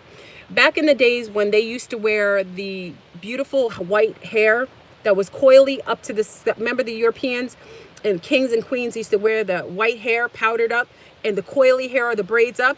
That was a denotion to the nigga serpent, okay, because they had white hair. The big bums, they were also wearing the corsets, and underneath the dresses were bumped in the back. That's the notion of who they were worshiping, because the bums in the back represented the nega that they were being exposed to. Okay, the nega line is a old line that is now going back into matriarchal head of household now again. They stood in power. They haven't stood in power for the last couple cycles, but they were cohesive. They're one of the first colonized beings that were here during the time when the copper women, the ambiguous women, the androgynous women were here. So they were one of the first, to my knowledge, they were the first beings that came here when only women, copper and ambiguous women coexisted here. Those are the tall ambiguous sea stars. They were all over the planet. There was no other being on this planet other than females, big, tall, ambiguous copper brown women lived on this planet. That's all that was here. Okay, they're women. I just say they were women, but they were both because they gave birth through the process of parthenogenesis. Okay, so when the original Anunnaki came here, they interfaced with these women, and then they started to do. Remember, the Anunnaki are masters at science. Okay, they do a lot of the genetic homogenizing on this planet. They did, a lot of the beings that are a lot of these clones and capped beings and people who are genetically homogenized. That's the Anunnaki who did a lot of that. They're master scientists. Okay, the nega serpent also has copper eyes. So a lot of times when you see these beings, you see the babies born with a little bit of silver in their hair or white hair. Also, how you know it's a nega is because they have the copper glaze. So when you take a picture of the nega, they all have copper glaze over their eyes. The draconians have the red fields over their eyes, and also the tall whites. I think the tall whites also have the red fields over their eyes. It may be the Nordics. I'm not sure which. Maybe not the, yeah, I think it's only the draconians and the Nordics who have the red eyes over their eyes when you take a picture. But the copper glaze, that's all Anunnaki. That's how you know that they are. That's the nega, because the serpent has that glaze. Okay, also that nega also has astigmatism with their eyes. Now me and John X talked about that yesterday. John X has transformed his whole mindset. Listen, he's in contact with the nega. Literally, he's in contact with the nega, and the only way that we were able to interface is that they made it happen is because we have the contact. So if you look at the interview, I'm going to upload the interview on that.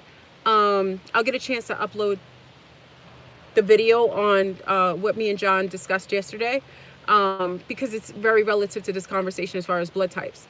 I just have to upload it. I'm sorry, I'm not the best at doing it. I know John may have it on his channel. I'll probably put it on my channel as soon as I can. They have the copper glaze over their eyes. They have the white hair. It's white hair. When you talk about Storm, Storm is the physical epitome of what the nega represents. She is the nega. You notice her eyes change. They won't make it. Her eyes usually are supposed to be copper. So when they made up Storm, Storm is a nega serpent. She's nega. And remember the original story of Storm. Where'd they find her? They found her in Egypt, right? They found her in Egypt, and she's able to change weather, right? Via her. Yeah. So Storm is the nega. That's who that's connected to. If you see the movie X-Men, when they talk about where she's from, you'll see she's from parts of Egypt. Okay, Copper glaze is just the copper. You know when you take pictures of people, they have that glaze, that iridescent glaze when you take a picture of them? That is the glaze I'm talking about. So that iridescent color that you get, many people have it. You can tell different beings. Now, people always ask me what the white... People always ask me what the white or the bluish thing on the eyes, those are like biobots and empty seeders, people who have beings inside of them. If their eyes turn white or bluish, like that little circular blue, those are like demons or inserts. Not everybody here is a person. There's a lot of empty seeders here. There's people who have inserts in them, and some people are holographic beings. So let's not get into that. I don't want to get into that. So the Anunnaki there. Now, where is the Anunnaki seated? The Anunnaki has a lot of their offspring here in the Northern Americas. They do. They are mixed with a lot of the other indigenous groups, like the Blackfoot has a lot of Anunnaki. The Iroquois has a lot of Anunnaki. All of the Mayan, Incan, remember, I talk about the Andromedans, but remember, those are kin to Anunnaki. So that's why they all have pyramids, okay? So the pyramids in South America are mimicked to the pyramids in South Africa, because those are same kin, they're cousins.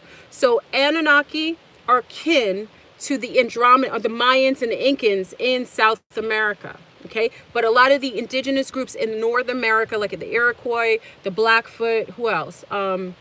The Creek have a lot of the Anunnaki. You can see it, and you want to vet this out. Take a picture of their eyes.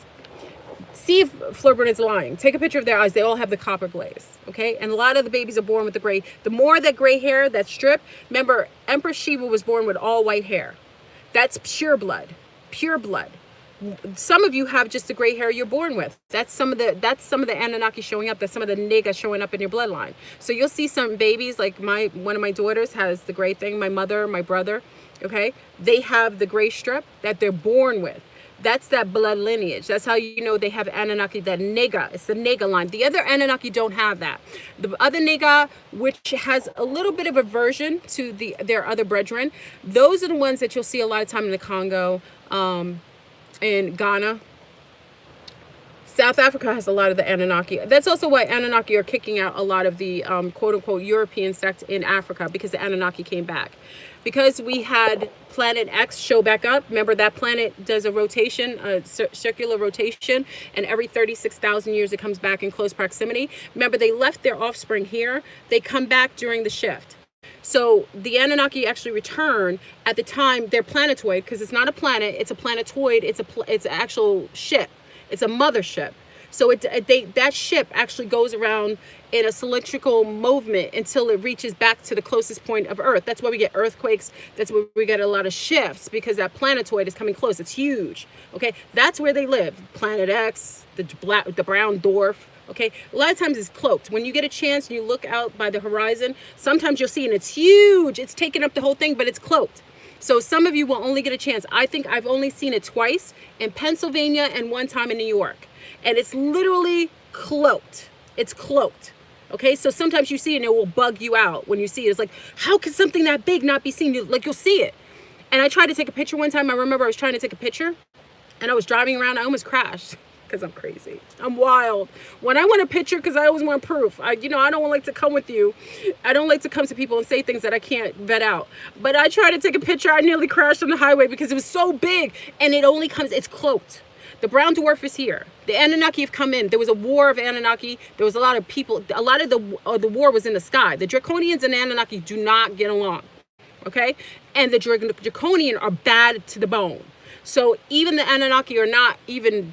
They're not built strong enough to deal with a lot of these Draconians. So remember, the Anunnaki are in sync with the Mayan sea stars, which are their cousins, which are the Mayan Andromedans. I told you I'm connected to the Mayan Andromedans that left during the last cycle. And they went into the inner earth where there's a portal, went into Andromedan star system. befriended some ant-like beings, you know, insectilians, and they came back. The Andromedans are coming back in the droves now. So now you're starting to send, many of you are telepathically being connected by the sisters. The sisterhood is coming back. We have adverse sisters here based on the Anunnaki that is not in alignment with the Nega. There is a sect of the Anunnaki that is negative Rus that is not in sync with the positive Rus. They are at war right now. So if you're having issues, if you're a positive Rus, you're going to have issues with your sisters that are negative Rus, especially if you come from the same complexion. So what'll happen is that you'll see, I see this a lot with the brown sea stars.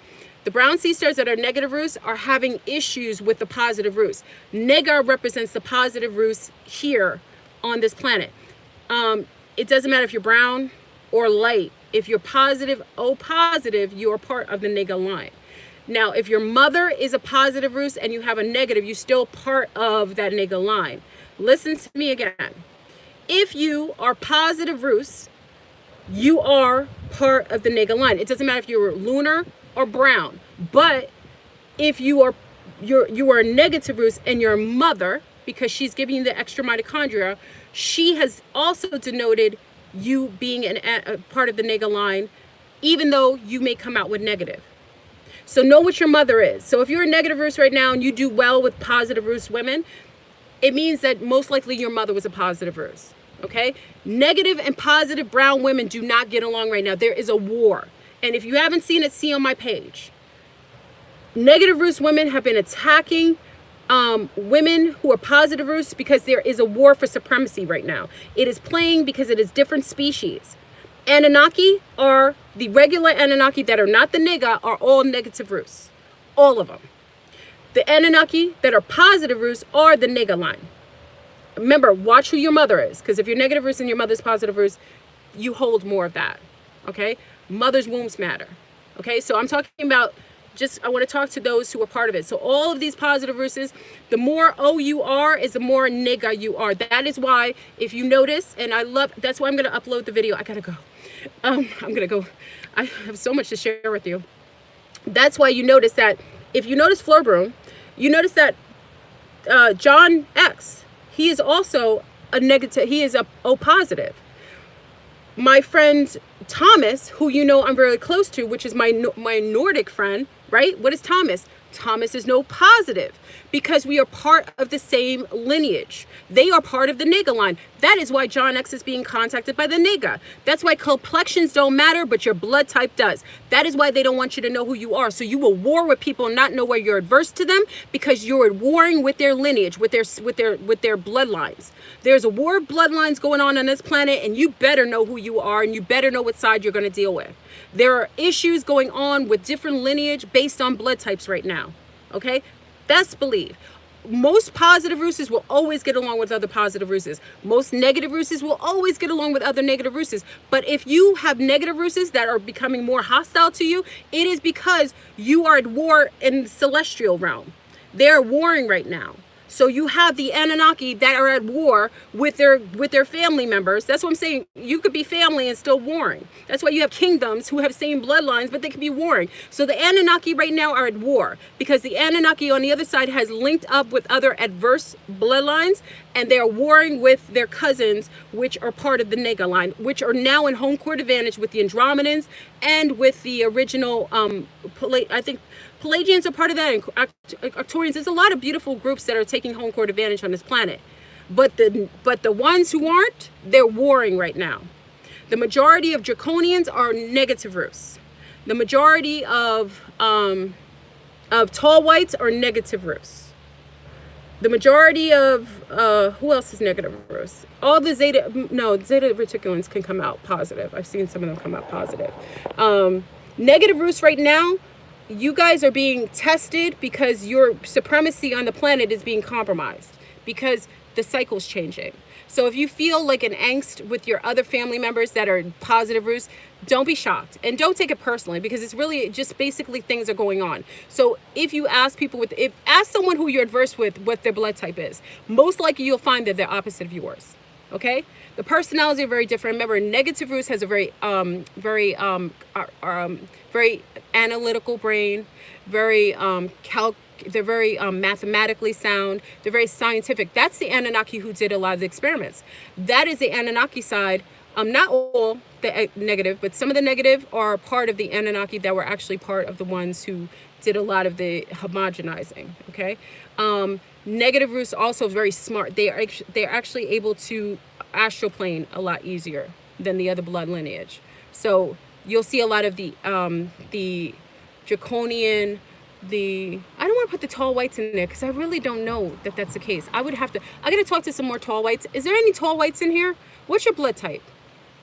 Do we have any tall whites in here? Because I know we have tall whites. I have to ask Rudolph. Do we have tall whites in here? What's your blood type? I need some. I haven't vetted that out. I don't want to say it because I don't know. I don't know. Okay, I don't know. I have to vet that out. I don't want to put them. I don't want to put the tall whites in there because I don't know the case. I don't want to speak about something I don't know. Okay, I'll vet that out. I don't really pay attention much to it. I don't know. Many of the groups that have more issues with me will be in opposition of my blood type. Okay, so if you're having issues with someone who is adverse to you, find out their blood type, and chances are you'll find out that they're another Rus. Now, O, whatever the case is, that we play that out differently. But as far as Ruses, there's a war of lineage and there's a war of the Celestials right now, and it's playing out on this earth. So if you're getting attacked, chances are the majority of women that have issues with me are all negative Rus. Not all negative Rus has issues with me because probably they have positive Rus in their family, but the majority of women that have the most issues with me of color will be negative Rus. It's not all, but the majority. Because now in the celestial realms, there's a war for supremacy. The cycle's changing, and before that cycle changes, people are trying to set up their hierarchies. And now there's a war, okay? So blood lineage matters. So, Aris, thank you. Okay. Yes, I've noticed negative Ruses have much easier time leaving their body, astral planing. Yes, it seems natural to them. Absolutely. Negative Rus travels very well in the astral plane. Those are the ones that can remote view and stuff. Just like someone accusing me of remote viewing, I can't do that. I've never done it. Okay, so negative Rus tends to do that very well. They can astral plane. People train themselves. Don't get me wrong. People train themselves to astral plane, so anybody can do it. But I find that negative Rus is able to pierce through because they're off-world. Okay, so let's go into negative Rus. Negative Rus are off-world blood. But to be a negative Rus does not mean you are from the extraterrestrial sect. Let's make this clear. Whenever you clone someone, any clone will always come up negative Rus. That's why we have to be mindful. There are extraterrestrial offspring that are negative Rus. Absolutely. Those are the newest colonizers to this planet, meaning they've only been here a shorter period of time. That's why they have a lot of environmental issues. They have a lot of health issues because they're not from here. They don't do well with the environment. They just don't. The environment is not cohesive to them. A lot of them need a little more different. They need a lot more carbon monoxide. They don't do well with, like, even the water bothers them, okay, because they're not from here. That's all it is. They just are not from here. They also have a lot of skin issues. They have a lot more skin issues, but they travel intergalactically well. They do it, and they can jump through portals. A lot of times the O positive can jump through portals a lot easier, especially portals going to certain places. Okay, so a lot of portals that they can jump through. Remember, your DNA matters. We access the earth beings, those who are mixed with the Mayan, the Nega, especially the Andromedans. You can go through the Pelagians because they're mixed with the indigenous here. You guys can walk through portals with 5s. I'll go into that another time. I can't get into it now because I gotta go. You can walk through portals with 5, and you'll know what I mean. Why do I have my hands up like this? Okay. We'll talk about that another time. Okay.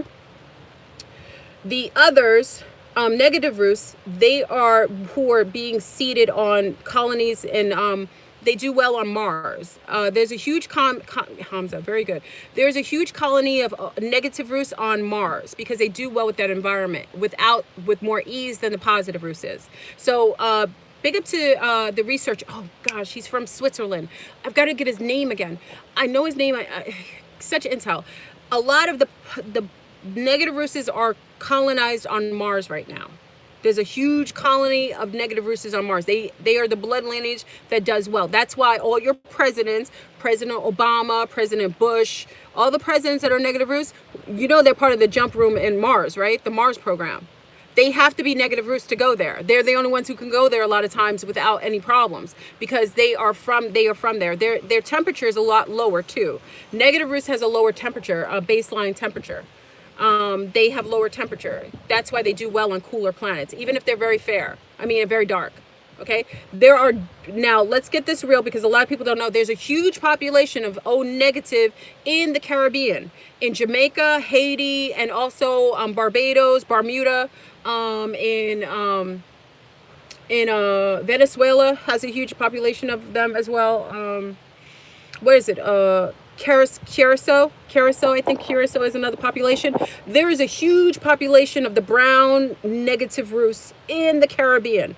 They were seeded there purposefully because the Queen of Sheba was also seeded there. They were watching over the ones who were going to go into, that's what I'm saying, there's a war going out, family. The negative roost is at war with the Nega, the Nega line, and with the Andromedans. They are at war, celestial wise. We have to make sure we don't play that out here, but we have to, oh yes, the 6th finger on the hand, that's part of the Anunnaki line, but that's the Anunnaki, not the Nega. That's part of the other line. So those who are mixed with the Anunnaki on one line usually have the 6th finger.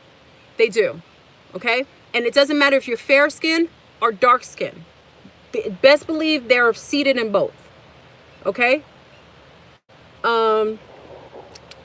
What was I talking about? The negative roots also, the astral plane, they're the ones colonizing Mars right there. They're doing well. Those are the ones who can jump through those time portals, the jump rooms. They're the ones being used for the jump rooms that are being created. What else? Okay, so negative roots, we have to be careful because there is a misnomer. Anytime you clone someone, and this is a fact, you can vet this out. Anytime you clone anyone, positive roots, negative roots, you will always get a negative roots because it is negatively from here. Negative just means they are not natural. They're just not naturally from here. Negative means you're not from here. That's all that means. It doesn't mean you're celestial or otherwise. It means you're just not natural from here. That's all that means. So anyone who's a negative roots, it literally means that you are either homogenized or you are not from here. You're celestially implanted here. Okay? So it could be one or the same. So negative roots, you may not be, you're most likely not from this planet, or you've been homogenized over generations. Every clone or genetically homogenized person will always come up negative roots. So do not put all negative roots together. How do you know the difference? Negative roots that is very intelligent, these are smart beings. I haven't met, listen, a lot of the scientific community, because I worked in the scientific field, a lot of that's negative roots. They're scientists. Those are seeded from beings that are superseding in brain capacity. The negative roots are really, really smart, okay? So when I say this, negative roots, how you tell the difference if they're capped beings, meaning they're homogenized beings, genetically homogenized, or if they're celestial beings, is the amount of intelligence. I'm being really as clear as possible. Clones and capped beings are beings that are always involved in the insidious or the trends. These are beings that are limited cognitively. They're very simplistic people. They aren't able to, they're not intellectually sound. They don't know things. They are always following the trend of others, okay? They're easy to manipulate. If something changes or there's a motivation that's changed in the matrix, they are always following that. Those are homogenized beings. They're always negative roots. Those are not positive roots, don't do that. Only negative roots do that have been homogenized. How do you know if you are homogenized or not? Because the O negative that are the actual celestials, they're smart beyond comprehension. The way that they field mathematics and sacred geometry is beyond anything. When you talk to them, they get anything. They get anything. Any concept scientifically, they're able to see sigils and signs in between things. They're able to decode. These O negatives are literally able to decode anything. They're really real, and they will. And the celestial ones, they collect together. They collect themselves. There's the helicopters. We're hitting a chord. They collect together. You'll see the O negatives that are the celestials because they collect together. They only hang out with other negatives. They only do it. They do it every time. I remember I told you we went dancing, and I used to dance. Sometimes I teach dance, and so I went dancing, right? So this was a good group of girls that would always hang out, and I hang out with everybody in the group, right? So we'd always have fun, and I always noticed, like, we were talking, I walked up and the girls were talking about blood types, and they were laughing because they couldn't believe. Listen, family, I can't make this up. I studied genetics. It's so interesting. The girls, if you step in the room, just put a like on the video, just as a general, I would appreciate it, just showing me that you like the content that I'm sharing. So they would always hang out together. So one day they were talking about bloodlines. So I was like, I walked up and I was like, hey girls, they were like, we think it's so funny. I was like, what's funny? We're all O negatives. Really? These are the same group of women that didn't know each other.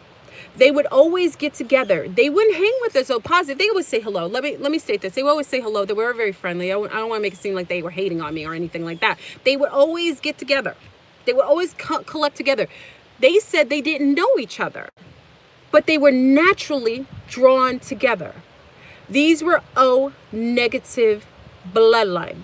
You will always be attracted to your own lineage, naturally. The only time you are messed up or you have some sort of confusion is if you are messing with your genes through food or through technology, okay? You will always be attracted to your own.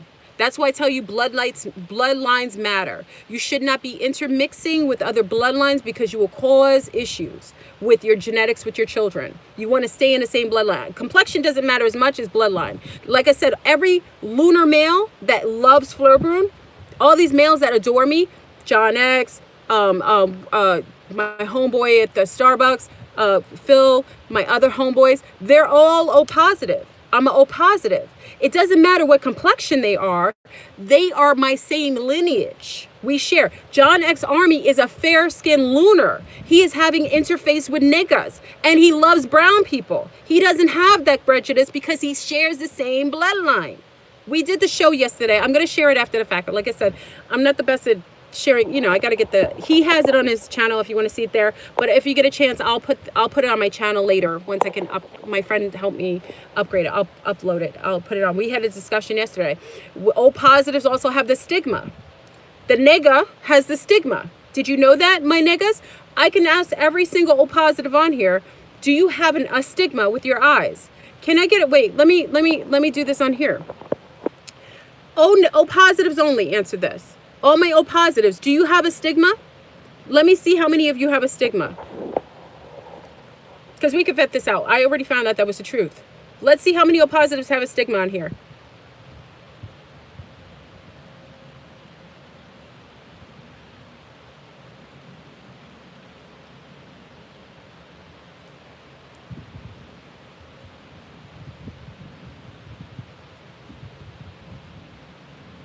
Okay, there we go. Okay. Why does that matter, family? I wanted you to see it. Okay, I just wanted you to see it. Okay. All right. So why is that very relative? That nega stigma is a propensity of the way that we see through dimensions. John X Army blew my mind yesterday. This was discussed on the show. It's because you see through dimensions. That is why they give you glasses. That is why many of us wear contacts that have the blue field over it, because they're trying to keep you from seeing interdimensionally. That nega, that serpent, you can see from Sirius. You actually have a looking glass, a project looking glass in your own biosphere. They're making it seem like we can also see at nighttime better. They want to make it seem like we can't see. O positive, that part of the nega line, has a propensity to be able to see through the dimensional portals, and also it allows for you to telecommunicate with beings from the Sirius nega planet with the serpents. This is there may be listen, there are people with stigmas who have O negative. I'm not saying that, but if you notice, the majority of people with O positive have stigmas. There's a reason for that. Okay? Okay. So just, yeah, we should do an experiment with that, but I can't do it now because there's so much going on planetarily. Okay, so we have the O positives. That is something that goes with the positive ruses. You have a way that you see that has pierces through dimensions. We talk about the beauty of O negatives. Everybody has a perk. Remember, each being has perks. So the negative Ruses have perks. They're able to astral plane easier. They're able to scientifically see things a lot more amazing.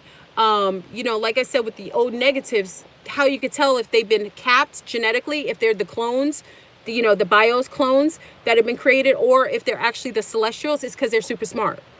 You could tell if you're O negative if you're super smart. Like when I say smart, I'm not saying it only has to be book smart. It just means that you're intellectually more superior than the majority of people around you. That's how you know. O negatives, you could tell. Negative Roots, you could tell. They just see things, and they're much more far removed because they're alien based. So positive Roots tends to be very hypersensitive.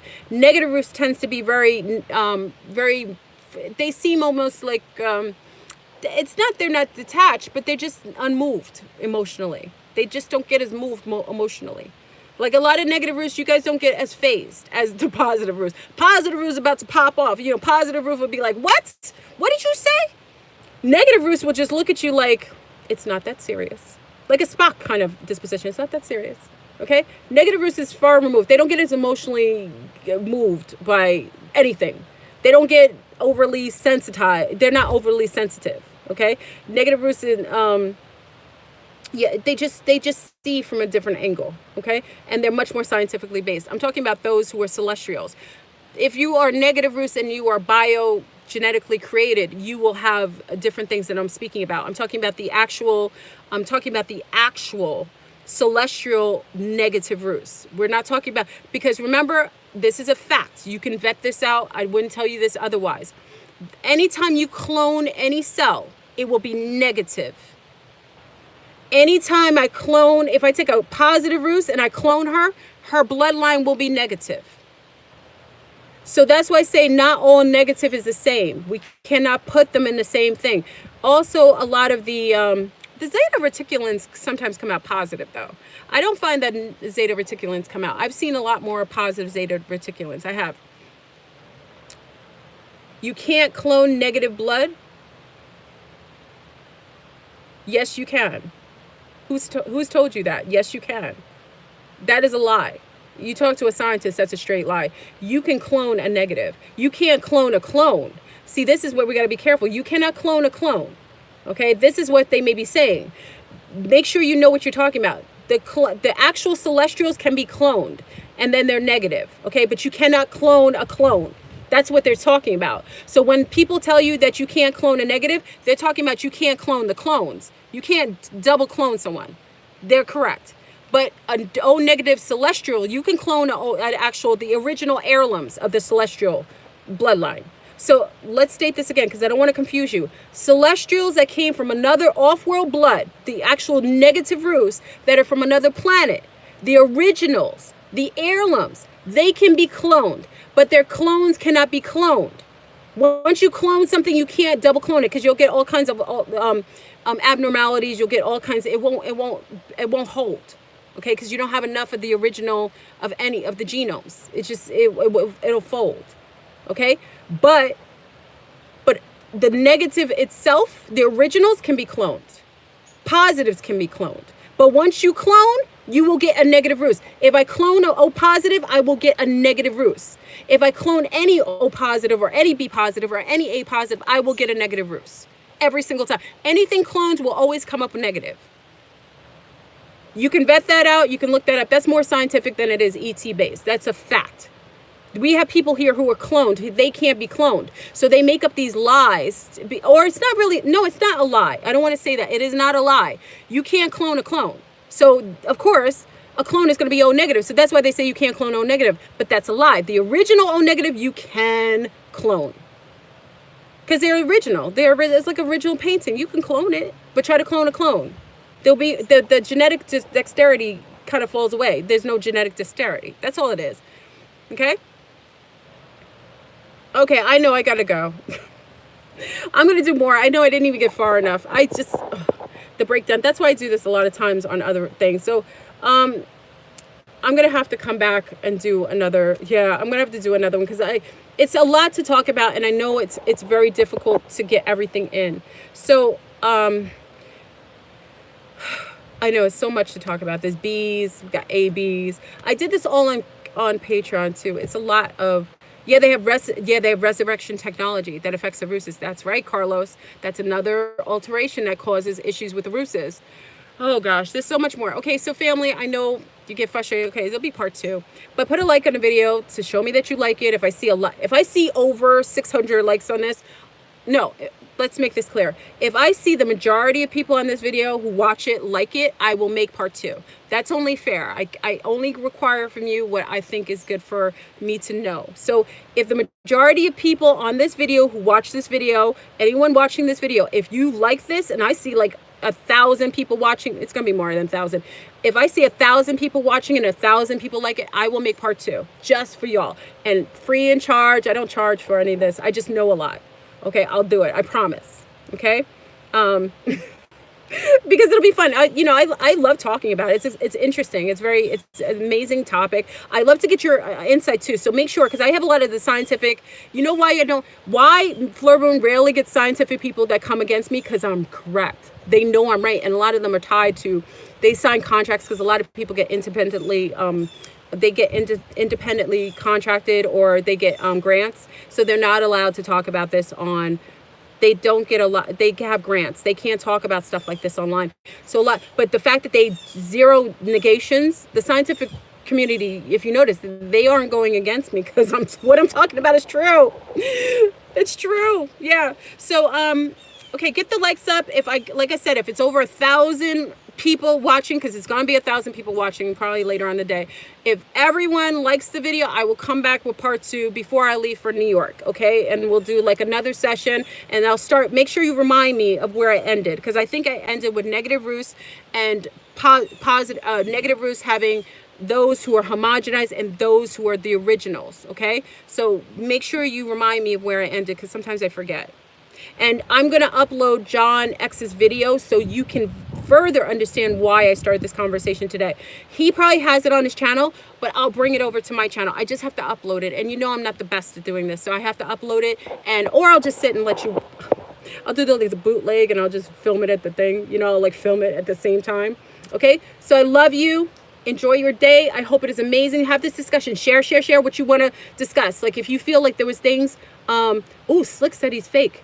Well, Slick mentioned, talk about what's going on. He's not fake. He's actually connected to the nigga. He is. It's a fact. What they've connected with him.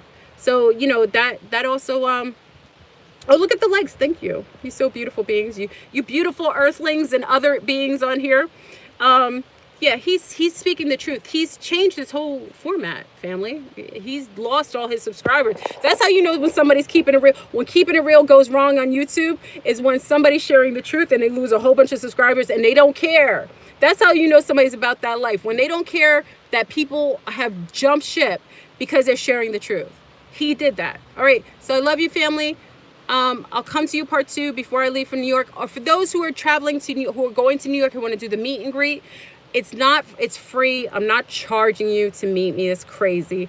We'll do things later in time, but if you're gonna meet us, it's gonna be probably I'll give all the details. We're kind of mixing it up a little bit. I'll see how many people. If it's a lot of people, we'll have a place that we meet. Make sure you hit me up in my email, so I have your number, so I can tell you where we're gonna meet. Okay, we're just meeting. We're doing like a meet, eat, and greet. So it'll be fun. A lot of you, I'm from New York, so it's my own neck of the woods. I'm gonna be in New York for a while. We can hang out and chill out. I know Oz. Big up to Oz is going to join us. Oz is going to join us in New York. So I'm happy. A lot of people from the conference are coming to join us in New York. So it'll be good. So this time, if you want to see if Flurboon is the real deal Holyfield, you get to meet me in person. All right. So I love you. Enjoy. Have a masterful day, and I'm out. Peace.